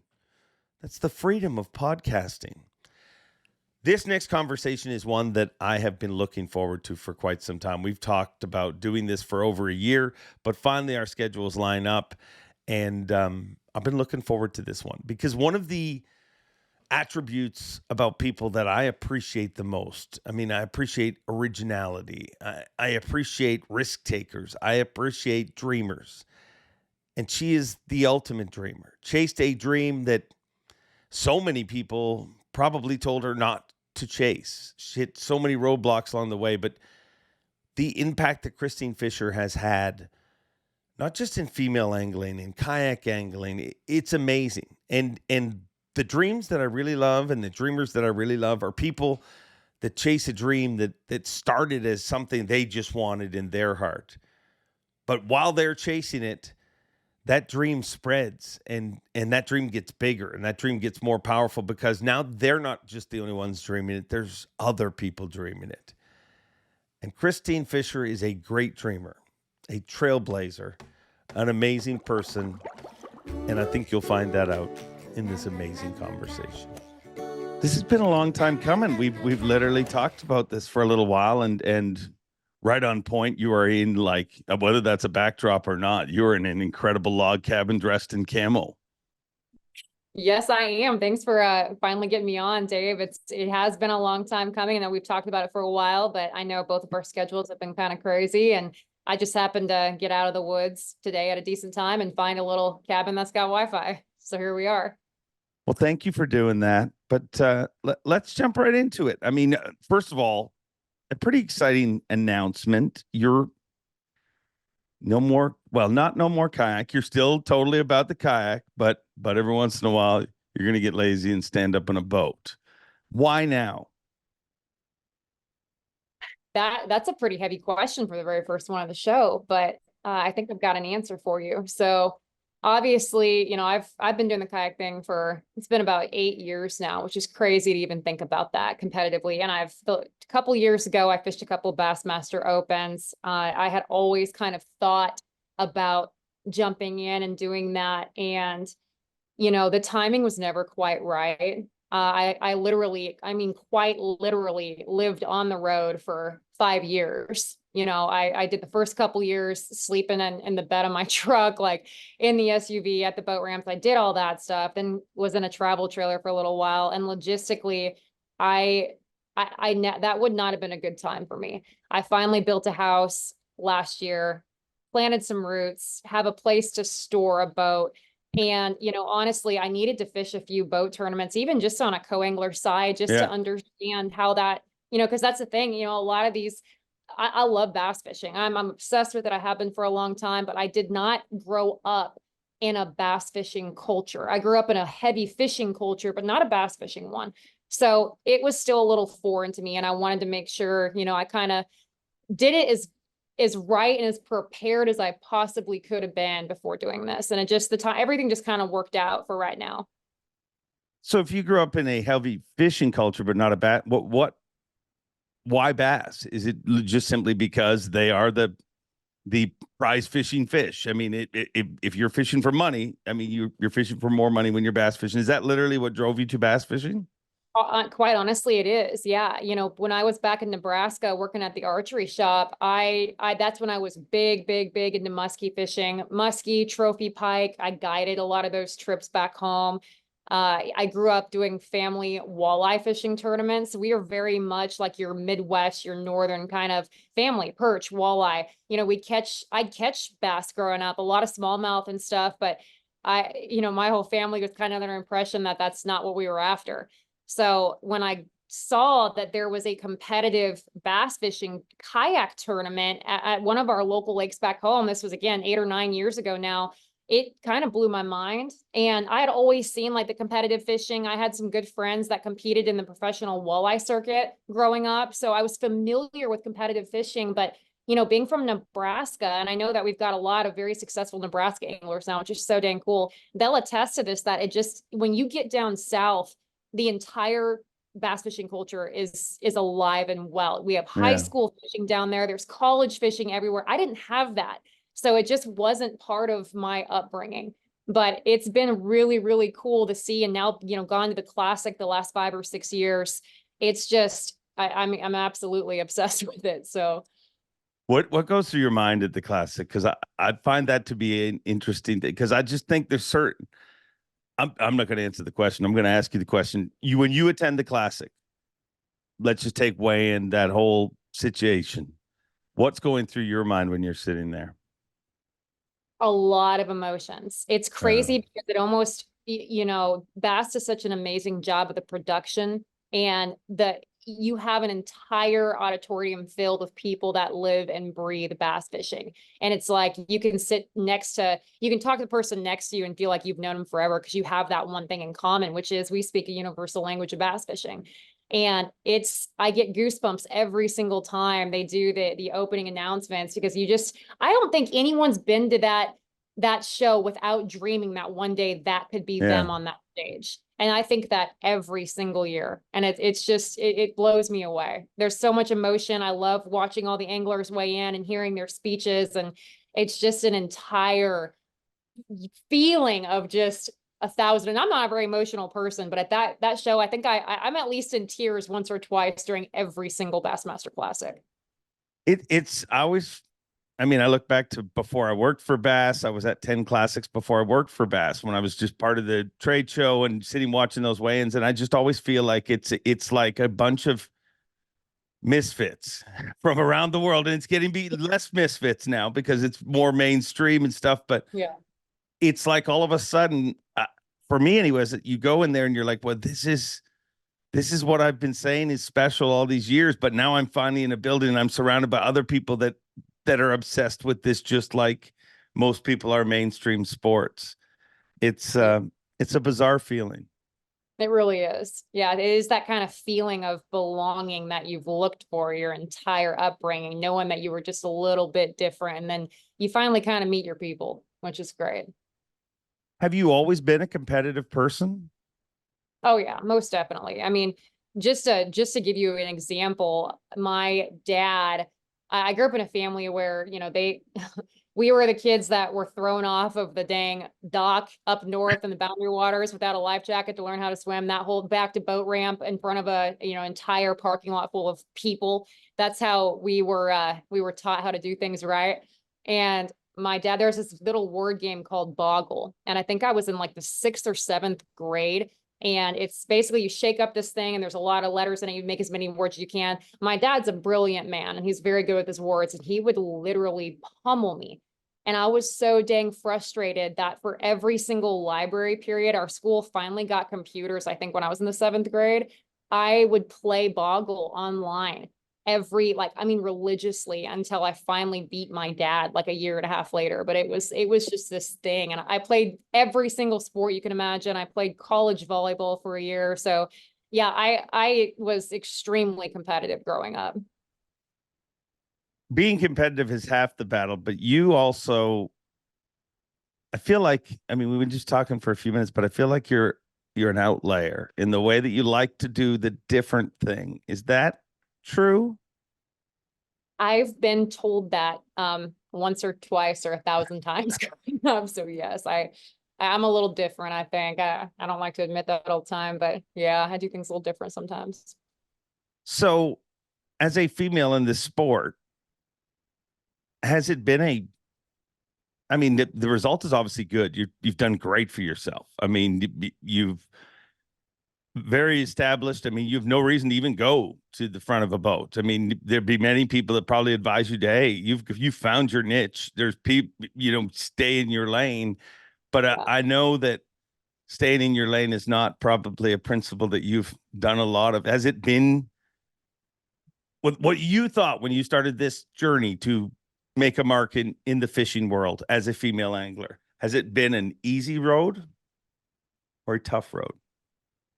I'm going to answer that two ways. It's been yes and no, and what's really interesting is over the last, however we said 7, 8, 9 years, my perspective and mindset has made all the difference in how I would answer that question. When I first got into it, I would have said it is so ridiculously difficult. There are so many things I have to deal with. That was kind of my attitude when I first got into this. I was like, there are so many obstacles that I have that nobody else has. I mean, I'm never taken seriously. It's like I'm going to a new dang school every single time I go to a different lake. I have to prove myself over and over and over. And I had this whole attitude that like I really had to prove something. And I wish that I had the maturity back then and the wisdom to kind of understand that that's not necessarily the approach I should have taken, because as soon as I had that mind shift, probably, 3 or 4 years ago or so, it changed. And I don't focus on any of that stuff anymore. I focus on the opportunity that I have, and it's abundant. It's abundant for I would say any female that wants to get in our sport. It is abundant, the amount of opportunity we have. And when you look at it, like everybody, no matter who you are, you're going to have certain obstacles, no matter what career you're in, no matter what, if you're an outlier, if you're kind of a rarity, it means you have obstacles, but it also gives you the unique ability to literally change the sport and really make some big things happen when you are that rarity. You know what I mean? So I don't look at the obstacles like I used to when I first got into it. Yeah, because I think from the outside, a lot of male anglers, a lot of, let's say you're a 30-year-old angler from Alabama. There is thousands of you trying to be there. And they'll look at somebody like you and be like, well, I wish I had that opportunity. But I always feel like in some ways, the door opens easier for a female angler, but the standard that you have to hold is so much higher, because it does feel like everybody, rightfully or wrongfully so, everybody is, you don't just have a conversation. I mean, there'll be people watching this show making sure you know exactly what you're talking about. And I do this show every week and I have no freaking idea what I'm talking about. And they don't check me near as much on it. So I do agree with you, but seeing it as a positive is always the way you want to go in life, I would imagine. Like, I don't know many successful people that are miserable, like that are just focused on what can go wrong. Yeah.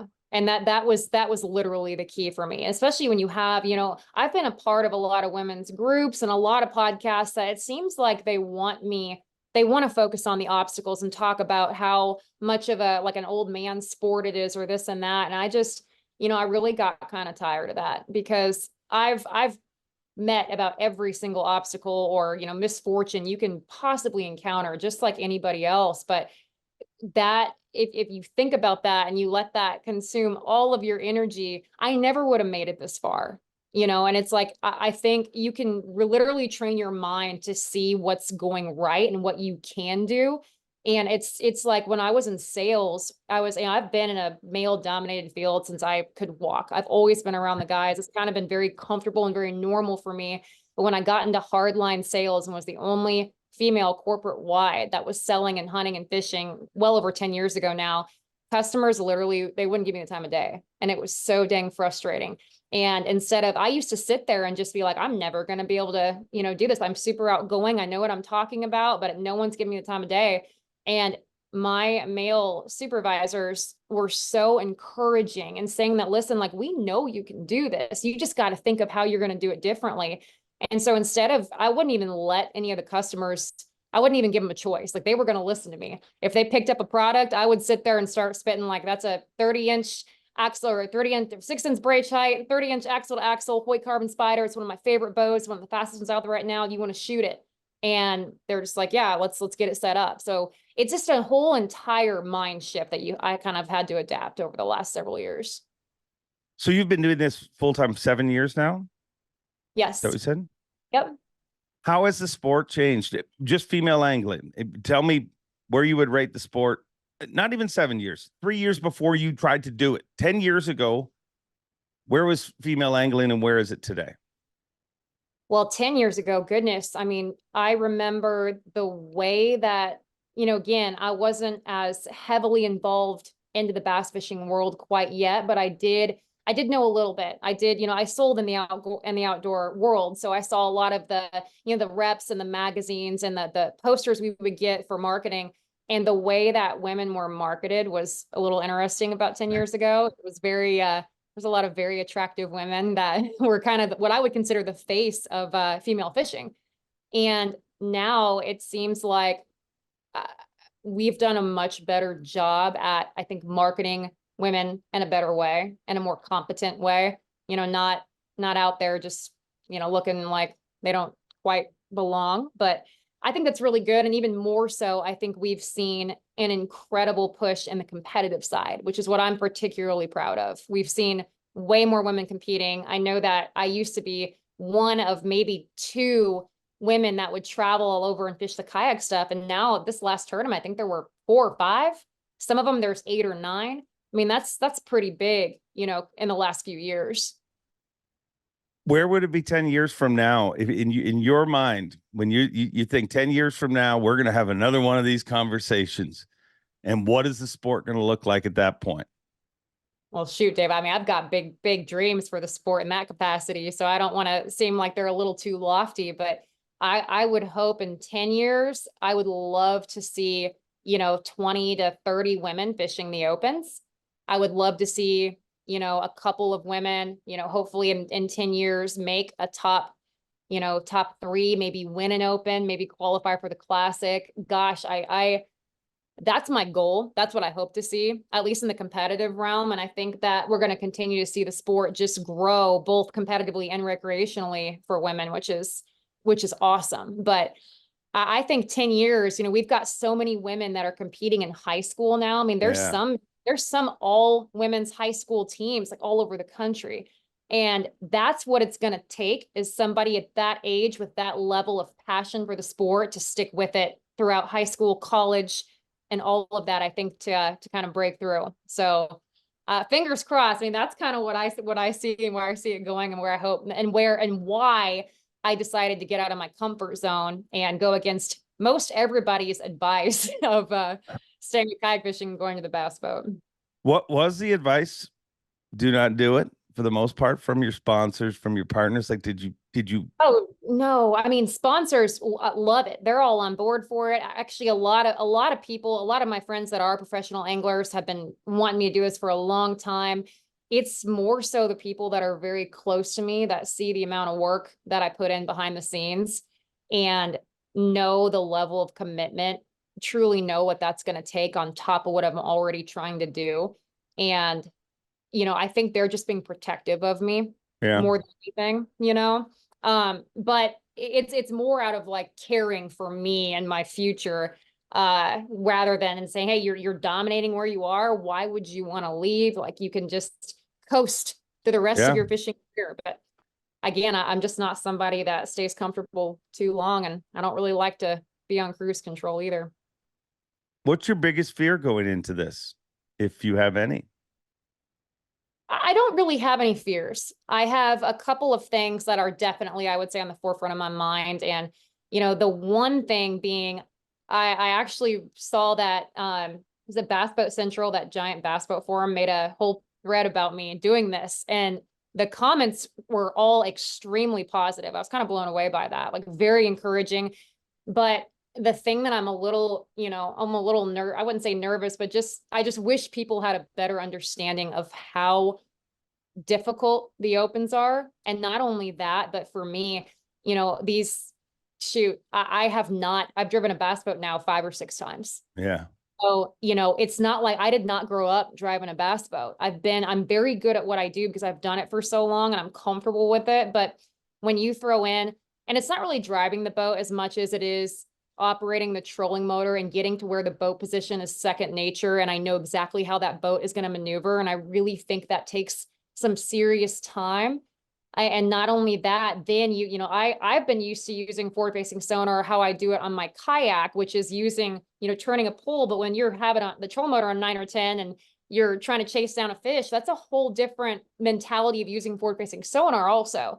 So I think there's a lot of people that have a very, I don't want to say inflated sense of confidence, but they're very sure that I'm going to just dominate. And I just wish people would understand that I'm not expecting that. And I think that I really hope that they just cut me some slack in that regard and know that I think that a lot of Elite Series guys would not requalify through the Opens. And several of them have said that, I think the Opens are probably the toughest competition out there right now. I mean, look at our rookie class that just came through the Opens. Already won, I think, 2 Elite Series titles out of 3. So, Yeah, I mean, it's dominant. And it feels like to me, and me and Jake talked about this on this show, it feels like they're more chill and relaxed because of what they went through. You know what I mean? Like before there was 225 anglers. You couldn't have a bad day if you wanted to qualify. I mean, you have to finish in top 9. The elites, although the competition steps up, it's like, I mean, that proving ground has made them, it's made it exactly what people wanted. But now that there's a lot of people feeling like, I don't know if we really wanted that. We'd like them to suffer a little. It's everyone I've talked to is like, you want to get in and get out of there as fast as you can. And I think, I was listening to one of Drew Gill's podcasts with on BassU, and he this kind of cracked me up a little bit. He was like, yeah, you really got into this late in the game. You didn't start fishing your first tournament until you were 18. And these kids are doing it since they were 12. And I'm sitting here like, my first bass tournament, I think I was 27. Yeah. So, I mean, what does that look like when these kids are doing it since they're 12, 13, 14? Drew Gill is getting into it late at 18 years old. And I've been doing it for, 8 years now, but I think I was like 27 when I fished my first bass tournament, Wow. So I look at that too. And I know that my experience level compared to a lot of those guys is definitely lacking. I've fished all over the country, and I fish just as much as any of them now and have been for a while. But, that's not really the reason I'm doing it. And my goals are very different than a lot of other people's goals for me, if that makes sense. So I think that's just the one thing that I hope to kind of convey to people, is that I don't have, my expectations are very different than what everybody else's are. And I really don't like letting people down. So I just hope people are a little realistic, when I get in and do this. You're taking on a lot. I mean, everything that you talked about, how you operate a kayak and everything. I mean, that's all, you don't even think about that anymore. Like you're literally able to focus on one task. How do I make a fish eat whatever's in my hand? And now you're going to have to, and I think we're seeing that play out on, the forward-facing sonar battle, where you see people that are really, really good at it, and people want to take the skill away from it because of the technology. But you watch Kyoya Fujita or somebody like that that's very good at it. It's not a thought. It's not, like most people, and they're like, okay, that fish is 60 feet away. My boat's 20 feet. It's 3 of these. They do quick math, and he just knows what how to meter the distance and everything. Subconscious. It just goes. How long do you think it will take until that is thoughtless for you? I've had people tell me it'll take a couple of weeks. I've had people say it'll take a couple of months. I do learn pretty quick, but what's challenging for me is that, a lot of these kids doing it don't have really any other commitments. They are 100% zoned in on bass fishing. And though I'll fish every single day, but man, I've got a relationship, I've got bills, I've got sponsors, I've got a business I'm trying to do, I've got some properties. Like I've got all these things going on now too, where I think to get to that very competitive level, you got to be giving it 150. And I know what giving it 150 means because I did it my first 3 years of competing and I won a ton of kayak tournaments. I mean, made history in several capacities in our sport, but every other area of my life suffered. Was a mess. Yeah, Yeah. absolutely. I mean, absolutely a mess. Every area, but because when I want to achieve something, I'm one of those people that I truly believe I can do it, but I also know what that's going to mean for every other aspect of my life. And I'm just not sure that I want to go back to that. I was very successful. I had some of my best tournament years ever, but you know, I'm very proud of the balance that I've found the last several years in that. So what is your goal? But are you willing to share them? Yeah, absolutely. I mean, so if I do have, I mean, I'm always going to have the goal, like everybody fishing the opens. I would love to qualify for the classic. I would love to win one. I would love to qualify for that. I wouldn't be able to even talk to you on the stage because I'd be ugly crying so hard, but I just want, like, that is my ultimate, you know, that's a goal. That's my selfish personal goal. It's crazy. It's lofty, but everyone's got to have a crazy goal. But I think the bigger goal for me and what I've kind of seen fishing the kayak tournaments, it blew me away the last 5 years or so, how many people, not just women, but men too, you know, would come up and tell me that they fished their first kayak tournament because of my videos or because of they met me or something that I said to them. And when I saw the amount of women that started competing and I would meet them and they said, hey, we're fishing as a co-angler now, or we're going to jump in a bass boat tournament, or we fished our first kayak series back home in our local deal. It just brought me to tears because I didn't realize, you know, how inspiring that could be for women to see themselves represented and competing and win or lose, you know? So the way I looked at that, if I can have that impact on people kayak fishing, maybe I can help inspire younger women, you know, in high school or college or whatever, you know, not in my age that might want to jump in and fish the opens. So we have more than just one or two that are doing it. And I think what's really important is that I don't have hardly any ego at all. Like I will be, if I do something stupid, if I have a terrible tournament, I'll share it all. I'll be very vulnerable and transparent. And I hope that will show these younger women that you don't have to prove anything. You don't have to have all this pressure on you. You don't have to have it be about that. It's literally about getting out there and you're competing against yourself. You're out there fishing against yourself. You're having a good time. And I've loved every single open I've got to fish as a co so much. I mean, it's been one of the most amazing experiences for me. I've had the most incredible boaters. And I just think that if I can stick with it and, you know, show people that you can do this regardless of your outcome and not quit, that's what it's really going to take, I think, for somebody to be able to break through and make history and professional bass fishing. I guess from the outside looking in, I've always thought the tough thing about female anglers, especially I mean, I know in your video you mentioned what Caitlin Clark's doing and stuff, but I mean, she's doing it in an arena against other females, which she's groundbreaking. It's amazing, but to do it in an arena surrounded by males, I always feel like you guys don't get an opportunity to really grow in the way that there's, when you show up, there's going to be other people that are in your situation that are early to this style of fishing and they're going to learn. But the difference is they get to learn. They get to learn by being the bottom half of the standings and nobody noticing. The first open you fish, that people will go and they will look, you know, it'll be a question, you know, who caught them, who won, how did Kristine do? How do you deal with a pressure like that? Or do you just ignore it?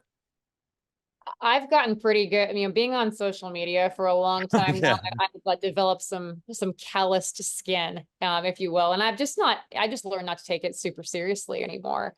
You know, I know that people are going to be looking to see exactly where I finish. It's almost like everyone looks to see how the girl did. I mean, I know that that's just always been a thing. And I'm okay with that.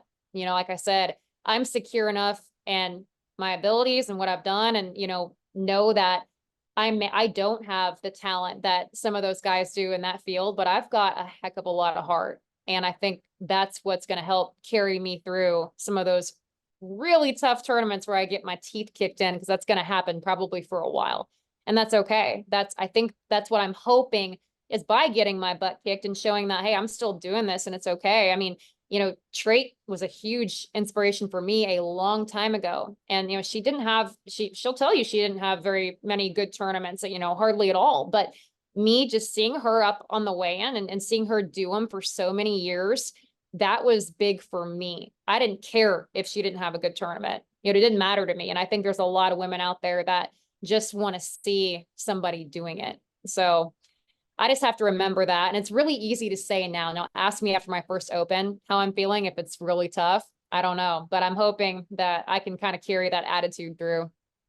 I feel like that's also got to, I'm willing to admit it with me. I mean, one of the greatest ways to make me motivate to do something is have a bunch of people say you can't. You know what? I feel like you also have to, it's got to be part of you that likes playing that element. For sure. I especially when I first got into it, I had this whole attitude of, I'm going to prove them wrong. And I think we've seen some of that in the Elite Series now with some of the new guys coming up. They have a very much like, I'm going to prove you wrong attitude. And I think that is a great motivator, but it can also be kind of a self-serving motivator in a way. And I don't want to say I outgrew that, but I've kind of just grown from that. And the fact that I don't have that I want to prove them wrong attitude, but I think what it's shifted to is if I get my butt kicked, I'm very motivated to get back up and show myself that I can figure this out and I can come back a little bit stronger next time. Because that's just tournament fishing. It's the ebbs and flows of tournament fishing. And you're not always going to have the hot hand. And especially in the Opens, it's going to be there's going to be a lot of different challenges for me. Because I said, I feel I've gotten the boat a handful of times now, but I still feel very out of place there. So I think that, it'll take me a while, probably several tournaments. I joked with my boater down on Okeechobee, we're in the lock and all the boats are right next to each other. And I was like, man, Ronnie, I'm going to need some pool noodles because I'm going to be the person that's like bumping people's boats, taking the trolling motor backwards. I know that's going to be me. I'm a horrible driver. So I'm a little nervous about that, but that's going to be that with the style of fishing and the whole tournament mentality is very different. The strategy is different. It's going to be fun. Like I thrive on those new challenges. I've gotten very complacent and comfortable, I think, in what I've been doing the last 8 years. So, I mean, it's time for a new set of challenges. Get comfortable with being uncomfortable, as the saying goes. It's one of my favorite things. I mean, I really do thrive. I really do thrive on that. And I think I've kind of lacked a little bit in my kayak tournaments, and the guys that I stay with will tell you I haven't been trying as hard lately. I've been focusing a little bit more on the business side, and I think I've just gotten really comfortable, and that's what really tells me I need to shake things up and get my butt kicked so I can get motivated to get back out and get after it. Well, I'm glad you're a better person than me, that you've moved past letting people motivate you. But one thing I got to ask, because I can only imagine, I may be a male, but I can admit that there's a lot of messed up males in this world. How bad is social media for you? And good Lord, could you sell pay-per-view tickets to read your DMs? Oh my gosh. Yeah, it can be, I stopped going there. It's a dark place in those DMs for a variety of reasons. It's like, I swear, like the majority of the people in those comments must not have daughters. I would pray they don't have daughters because some of the very crude things that they say. But I've had a couple instances that have gotten a little scary with the messages that have made me feel, and that's one of the big things is I felt like it's scary when some guys will, like stalkerish stuff will happen. I've had that happen a couple of times, and I've had to be very careful and take extra precautions in how I'm posting and everything. But, this might surprise a lot of people. I am very, unfortunate. I'm not very, pro social media. I think it's done a lot of really bad things for our society and for our kids and for 1,000 reasons. But again, I know it's not going anywhere. And kind of like forward-facing sonar, instead of focusing all the bad things, I try really, really hard. And this is a constant battle for me to find the good, because there is a lot of good. I get so many amazing positive messages that, really outshine the particularly creepy ones. And some of the dudes that comment publicly just blow my mind. I don't know, with all the different emojis and stuff. Holy cow. It's wild. It's absolutely wild. And my grandma loves social media, so she reads my stuff, and I'm just sitting here thinking like I'm mortified that she might see these comments.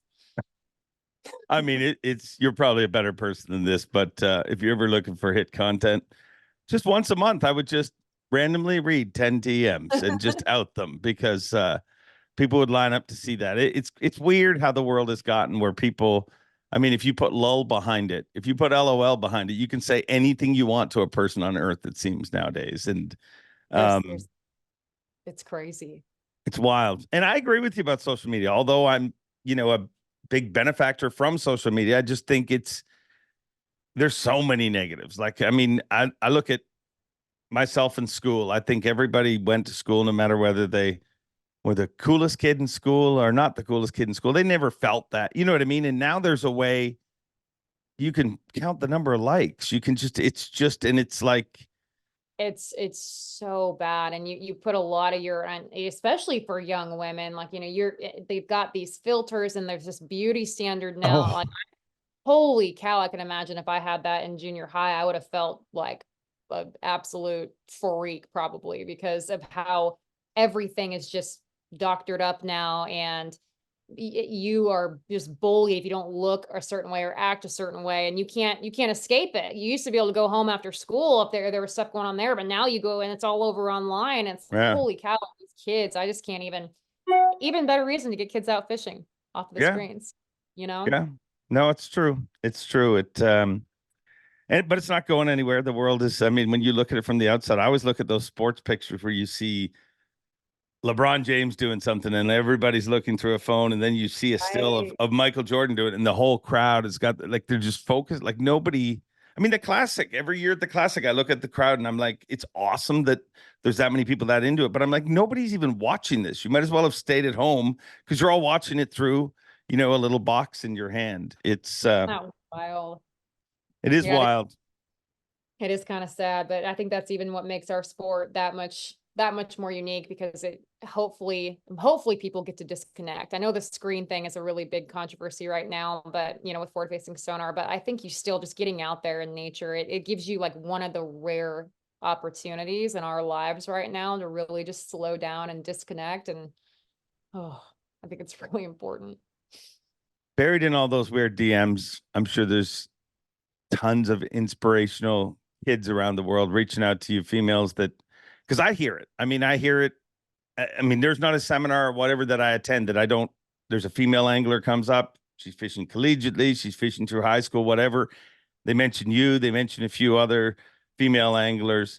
Are you able to correspond with them or? Yeah, I actually mentor quite a few of them and have met several, at some of the seminars that I've done, at some of the tournaments. There's some kayak college fishing programs now. So I've got to meet some of the kayak college anglers, and that's been one of the coolest things for me, is to get a chance to communicate and mentor them and learn. That's what really taught me we've got a lot of women fishing in high school, and then that cuts in half for college. And then after college, it's like none of them continue on trying to fish at the next level. And so it's been really awesome for me to be able to have conversations with these women and learn about, why they don't want to continue, why they're not doing it, some of the obstacles that they have that are really hard for them. And I have a chance to kind of help them, much like I did a long time ago, see things a little differently to help where they can get over those obstacles. Because there are a lot of them, and a lot of those women feel so much intimidation and pressure and all of those things. And that's why we're not seeing them continue on to fish at that next level. Well, perfect timing. I mean, I wish I planned this before. I mean, we've talked about doing this for over a year, but this weekend, I mean, you're part of a big initiative by BassmastHER. But from the outside, I mean, outside of it being a cool name, why is that important? And obviously there's a big event this weekend in Palatka, our first workshop that you guys are doing. So I know honestly nothing about it. All I know is that it's an initiative that Bass is pushing. I've obviously seen the logo. I've seen the pictures of you guys working together. I know I work with some amazing female counterpart. I mean, Lisa Talmadge, Mandy, LA, they're all incredible. There's an incredible group of people at Bass, but what is BassmastHER to you, and why is it important? Well, I'll speak first kind of on what we're doing for, the sport and what our mission is. And when they brought a lot of the women to Alabama to talk about this at that round table, what I really tried to hammer home is that when I talk to these women, why aren't they competing? Why don't they want to even get out there and recreationally fish on their own? It's because the intimidation is there, or they don't feel confident in certain areas of the sport. They don't know how to back a trailer. They don't know how to read their electronics. They don't know how to use a bait caster, just all of these things that sometimes people that will do it like you and I will take for granted. And so what we want to do is literally help teach these women, put on these seminars, put on these classes to help empower them and give them the skills necessary, even just, one or two things they can take away from that event where they feel like they can get out there and then do this on their own.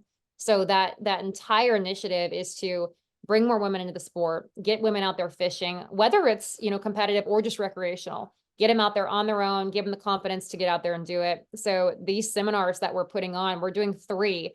We've got the one coming up in Florida. We have the Wheeler event, which I'll be at helping teach. And there's one in the St. Lawrence. And it's just a series of classes. I believe it's on a Saturday and it's a free event. And you can come and learn all different types of things about the whole sport of bass fishing from people like myself and many other talented people that'll help teach. So I think it'll be really cool. I love that it's running in conjunction with the Elite Series event. So you can come and watch the weigh-in as well. That's so cool. I'm excited to be at some of those. And it's just the whole thing, that's where my goal, my focus, everything is shifted. It's shifted off of kind of like my personal goals, way back when, and kind of translated more to a big picture thing. And that's why I love what Bass is doing. I love what they're pouring into, and I love that they're doing it the right way and really trying to teach women, these skills, how to get out there on their own, how to develop their skills as an angler. So hopefully we do see more of them jumping in, competing in some tournaments, just getting out there and enjoying it as much as we do. I'm sure we will. I mean, I've said for years that, the big question of why have we not seen a female angler in the Elite Series? We've had obviously some trailblazers, Pam Martin Wells, so many amazing trailblazers, but why have we not seen one come through the Opens and make it to the Elites? And it goes down to one thing: it's numbers. I compare it to Canadians. I mean, we have 4 Canadians in the Elite Series, but for years we had none. And the reason is because it's just a percentage. I mean, Alabama, how many thousands of people are trying to make the Elite Series from Alabama? Let's just round numbers. There's 1,000 people trying to make it through the Elite Series, whether it be collegiately, they're trying to get there. Even 100, doesn't matter. Well, in Canada, there's 5. So for that 1% to appear out of 5, and I think that's the same thing with female anglers. It's just, and when you express how important it was for you to see trait back in the day, and it was to see, I mean, the more they can identify, is that to you, is that the most important piece of it? Just having a target for somebody to look at. Yeah, I think so, because I mean, for me, I know that it was really cool to see trait up there, and I had to learn a lot from other women. When I put on my first seminar a long time ago, back in Missouri, to teach women how, I didn't know why women weren't competing, because I didn't have that intimidation factor, because it was so comfortable for me already being in a male dominated atmosphere that I didn't understand how big of a deal that was. But that is the one thing that I heard from, probably 90% of the women as to why they didn't do it, because it's like they feel very singled out. They feel like it's just them and all the focus is on them, and it's a bunch of men around. And so I really kind of took that for granted, because I didn't necessarily feel that. I felt right at home, didn't think anything of it. But that told me that we've got to get more women doing it, so that, and it's every time I see it now when I'm on stage, even fishing as a co-angler, when I walk up there, the women in the stands don't even probably know who I am, but they're cheering because it's just a girl up there. Yeah. So it's like, that's got some power to it. And it's really cool. So I hope that if we get more women just getting in and competing and throwing their name in the hat, it'll just hopefully light that fire and a bunch of others. I do believe that girls out there, there's so many women fishing now in college, and I'm seeing it just explode. And we just see him to continue on after college and stick with it. The Caitlin Clark stuff obviously is a big media. It's amazing what's happening there. Like, I mean, they're decimating viewership numbers for male-dominated sports that have been around for a long time. Yeah, Do I mean, you the last time I watched a WNBA game? Never. College game, like I'm not even kidding. I would rather watch paint dry, and I would have said that than watch a women's college basketball game until I saw her, and I've been following it the last 2 years very closely. And that's pretty freaking cool. what do you learn watching her when you say, like, why? I mean, outside of, I mean, she's setting records and that sort of thing. Obviously, she's being very successful, but why is she so motivating to you as a female competitor? I think for a couple of reasons. One, she exudes confidence, but not in an arrogant way. Yeah. She's a class act. And I have so much respect for people that, you know, let their abilities and their talents speak louder than their egos and their words. And she just is so confident, but carries herself so well. And what she does, like, people before that would have said, you know, no one can come in and make these crazy, her range is like unheard of. And she just like redefined what it meant to be, you know, a college basketball player. I mean, it's just inspiring in the fact that her attitude, her ability, how she carries herself, and what she does, and saying that no one, I don't think anyone thought that what she's doing was even possible. And it's definitely a huge movement. We've seen it with that. And so I just love it. I just love everything about her as a person and her talent. When I see someone that is so good at what they do, it gives me goosebumps. Yeah. I love people that have this amazing God-given talent and they're just using it, and it's incredible. Blows me away every time. Do you think the needle moving she's doing, have you felt it affecting our sport even? You know, I feel like a lot of people, you might have been looking at it for 2 years, but for a lot of people in the last 2 months, all of a sudden they're like, well, wait a second. People will watch girls do things other than beach volleyball. Like, for a long time, it was, I mean, just for whatever reason, like, and you said yourself, you don't watch the WNBA, or you hadn't up to previous to this. Do you think what she's doing in basketball, or have you experienced anything, like, have your partners all of a sudden started to notice it more?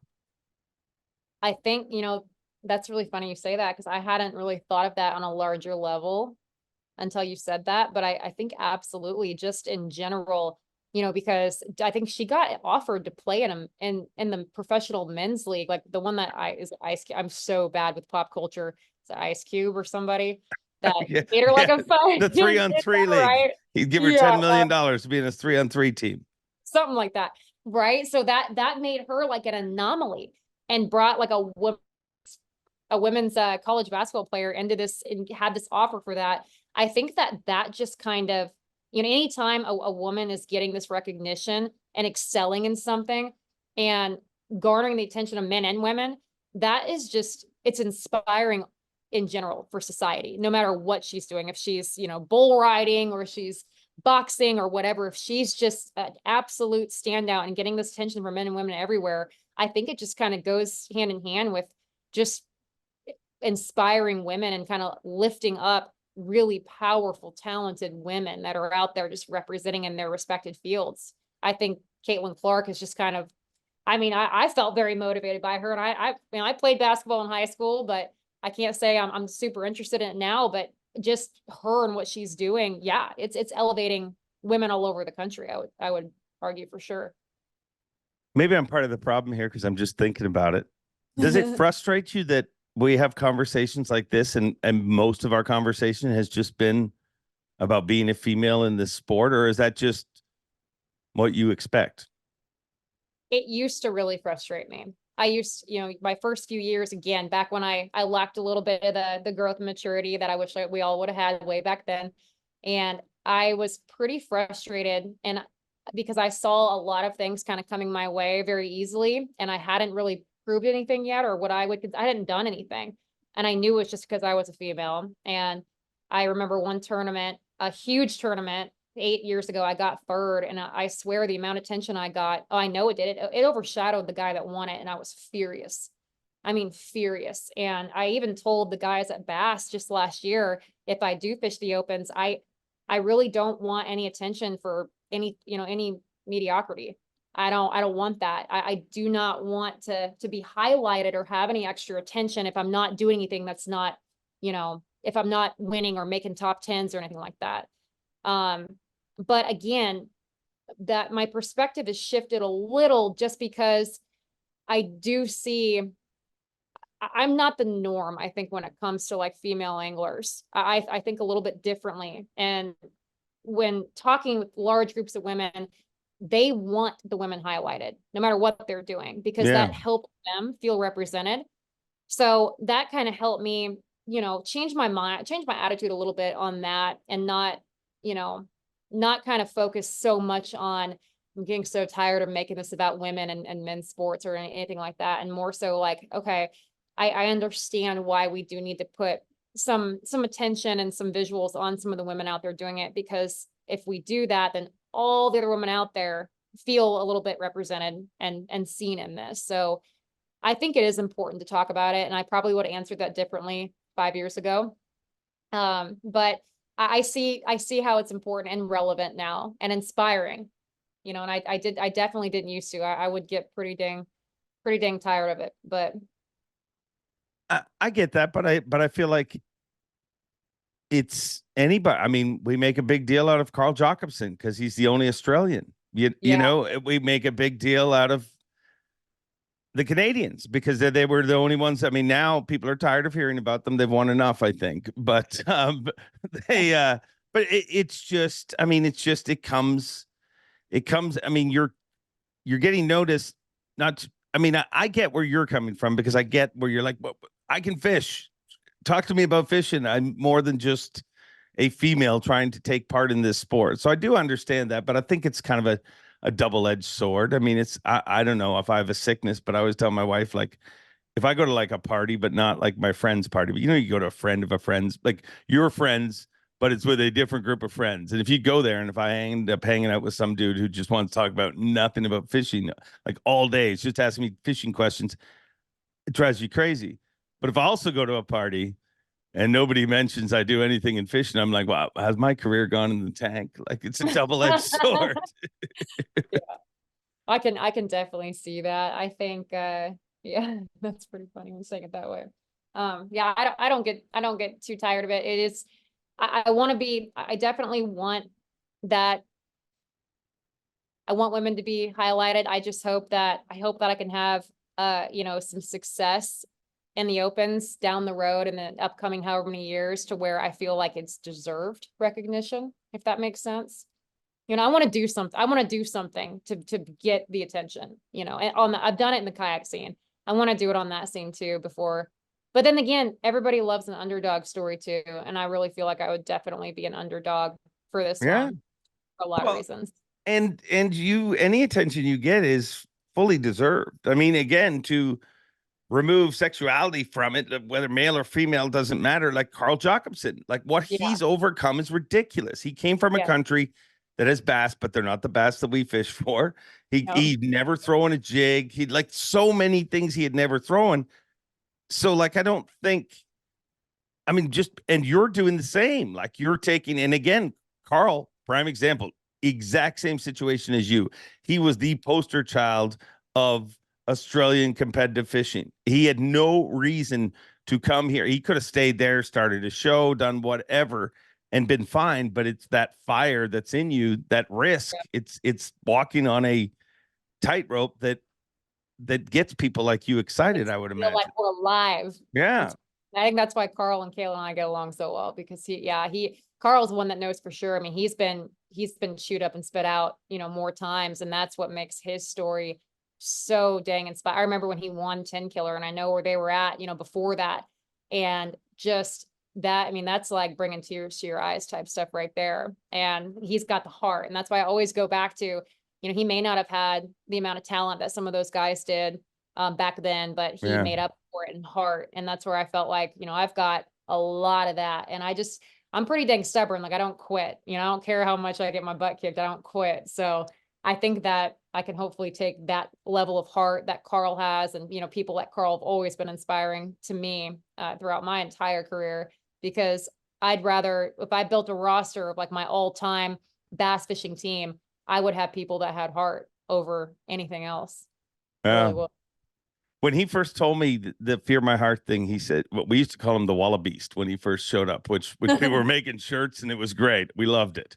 But then when he said, hey, mate, Fear My Heart's going to be a thing, and can you help me with his intro, to include it as part of his intro? And I remember thinking at the time, oh, Wallabeast is so much cooler than Fear My Heart. But he couldn't have picked it because it explains who he is. Like you have more reasons to beat him on paper, but fear his heart, because and he's proved that over and over again, and I think you have too. What about kayak fishing? Is there any apprehension in the way that you like? Has there been any of like you're turning your back on us? Oh, a little bit. I've seen actually one person on my YouTube bid his farewell and said that I love you and I've always supported you, but bass boat fishing is not my cup of tea, so I'm going to sign off now. And I was like, well, I mean, I'm not leaving, but yeah, I think there's definitely a little bit, a tiny bit of that. The support I've received has been overwhelmingly good in every way. Like I feel super fortunate for that and very thankful for it. And the thing is, Dave, kayak fishing, I could never leave that community. That's a huge part of who I am. I love kayak fishing. I absolutely love it. I will always still do that, but I think in the back of my mind, I know that I tell myself I want to go into the opens and just do this to fish them and hopefully inspire more women too. But that competitive part of me will probably start crawling back up. And, I just have this feeling that I hope it doesn't happen, but I know that that side of things will have to take precedence over the kayak side in the upcoming years. Yeah. That's probably something that's going to have to happen, but I'll never fully leave that. But I think, to use the Carl analogy, I'm sure he went through some, you know what I mean? He used to be super sensitive about like, I don't want to be an Australian stereotype. Outback is not real. It's not. And I'm sure but then at some point it changes where it's like, that's one of ours. That's somebody who came from the kayak world and then said, we've got enough skills on these boats as you guys there, and is willing to, take a risk. What do you think? Is there elements of the kayak game that you bring that you think we haven't seen in traditional fishing? Really I've thought about that quite a bit. And, actually the last couple years, I've kind of changed my fishing just a little bit I used to really get, a lot of people have this idea that kayak fishermen get back into the areas that boats can't get to. That's very, very few people in our tournaments actually do that. And I would do a little bit of that for sure early on, but I made it a point to start fishing areas that boats could very easily get to, knowing that eventually I would probably make my way to that arena. And I think the one thing that I've really picked up from kayak fishing that I've seen being a co-angler from what the boats do, and I know from my experience fishing kayak tournaments, is that understanding the potential of my area. Yeah. And the timing and how important timing can be, and understanding what, different bites that you have going on in that area and not leaving fish to find fish. And I think with that, I am a big pattern fisherman, so I will typically run a lot of patterns and cover a ton of water, but I've also, found a couple of areas that I think that if you were in a boat tournament, you'd milk it for a little bit and then milk it and run. And while managing it, definitely managing your fish. But I think understanding the potential in an area and knowing when to leave and how long to stay, I think that kayak fishing has really, really helped me with that. And just methodically really breaking down the different parts of the lake and understanding kind of what's going on. And I'm hoping that I can trust those instincts instead of wanting to just pick up and run and all over the place is what I'm hoping will transfer and could really, really help. A term Maybe. you just used that I've heard several female anglers use, fisherman. And I'm always like, I don't know. I'm always like an angler. What is the right term? Well, again, I am not your girl to ask on that because I am not politically correct at all. Like I call a group of people guys, and people will say guy when they talk to me. They're like, "Hey guys," like, "Oh, guys and girl." I'm like, "No, like we're from the Midwest. It's guys. Just say Yeah. guys." The group. Yeah, I say fisherman.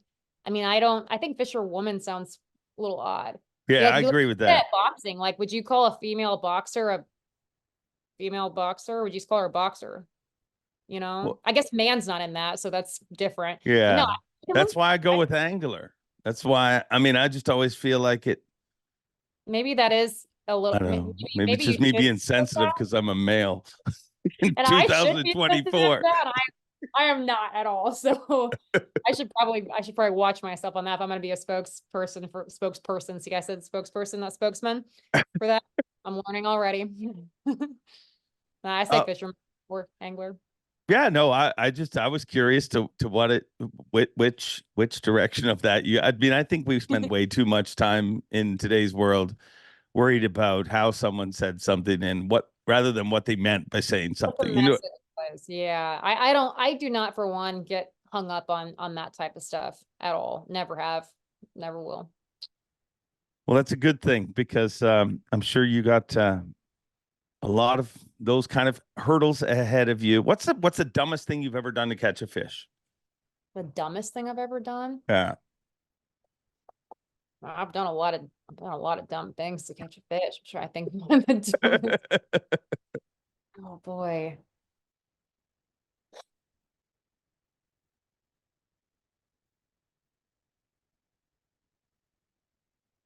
I'm trying to think of one that comes to mind. I mean, okay, I got you. I got it. This was just fun fishing on the Brazos River. This is recently, it's why it popped up in my head, but there was about a 7.5 pounder on a bed. And it was right where I couldn't access it from the right angle on the water for where the sun was and everything. So I put I'm trying to explain how this river's set up. Like it's got a sheer cliff like on one side, and then it's kind of like a sandbar bank on the other side. There's a bunch of big boulders.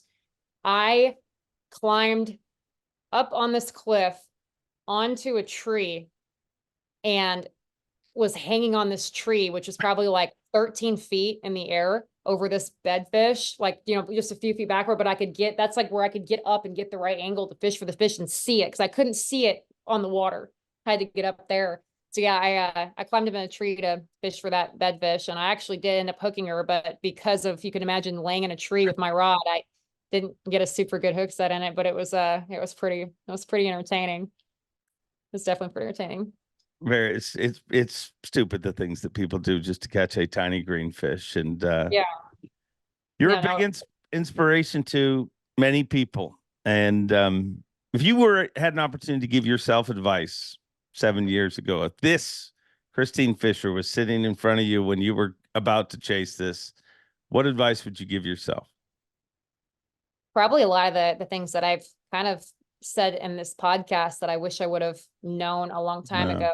One of them is you don't have anything to prove at all. You're who you are right now, and what you're doing is valuable and it's good enough.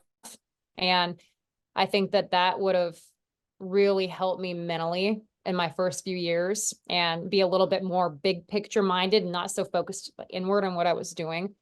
And I think, we can make a big impact when we're focused on our own personal goals and ourselves, but it doesn't hold a candle to what we can do when we kind of open our eyes and see the big potential in the big world and all these other people that are out there, and the change that we can, and the positive impact we can make on so many people is so much bigger than ourselves. And I wish that I would have been a little bit more focused on that way back then.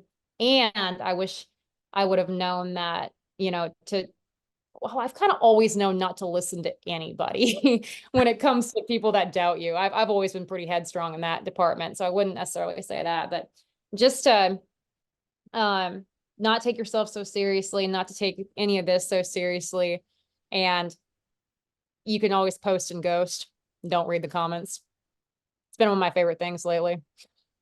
Post and ghost. Post and ghost. Yep. It works. It works. I mean, my response to most people is, what's really bothering you? Because people will just freak out about, like, I had somebody go nuts the other week because I used the term AOY. Why would you not just use Angler of the Year? Is it so exhausting to say the whole term? Why do you need an acronym? And I'm like, why am I the person you're yelling at? Because clearly there's other stuff going on. I mean, you're really mad at somebody. Yeah, I thought my frog fishing, when people getting angry at me for setting the hook too hard, was pretty bad. But using AOI, that you got me beat on a very odd reasons to be upset with somebody. Oh, it's so bizarre. It's so bizarre. People find stuff to cling on to. But the good news is there's people like you that are making a big difference. BassmastHER is happening this weekend in Palatka. You will not be there. Who's going to be there? Honestly, I don't know. I know You're a horrible spokesperson. Shoot. I would be willing to bet my girl Anastasia is going to be there. She's fishing. I know she's fishing the Southern Opens. So she may be running down to that Elite Series event, and she might be at that one because she's be the closest one. But regardless, there's going to be some amazing instructors there, some good people. I will be at the Wheeler event, so I'm stoked for that. And yeah, it should be a really good time. It's like I said, it is going to hopefully get a bunch of women together in that area that want to just learn about bass fishing and talk bass fishing. Very cool. Good way to foster community. Very cool. Well, I'll make sure to put the information in the description. But it is this Saturday. I look forward to seeing you at Wheeler, and I'm glad we got to chat a little bit. But I can't wait to watch this all unfold in front of you, because you're an inspiration to many, many people, and at a time where the world is all filtered and BS, you are a real, genuine person, and thank you for being who you are. Yeah, I really appreciate that. That's the one goal, is to be real and very transparent through the ups and downs. And I have one question for you. What? What's your goal for me at my first Open? Oh, I'm not supposed to answer questions here. I just asked the questions around here. My goal for you at the first Open, it's hard. My goal for you at the first Open is probably the same goal that I would give every young Elite Series pro, people in the Opens, when they say, you know, what should my goal be?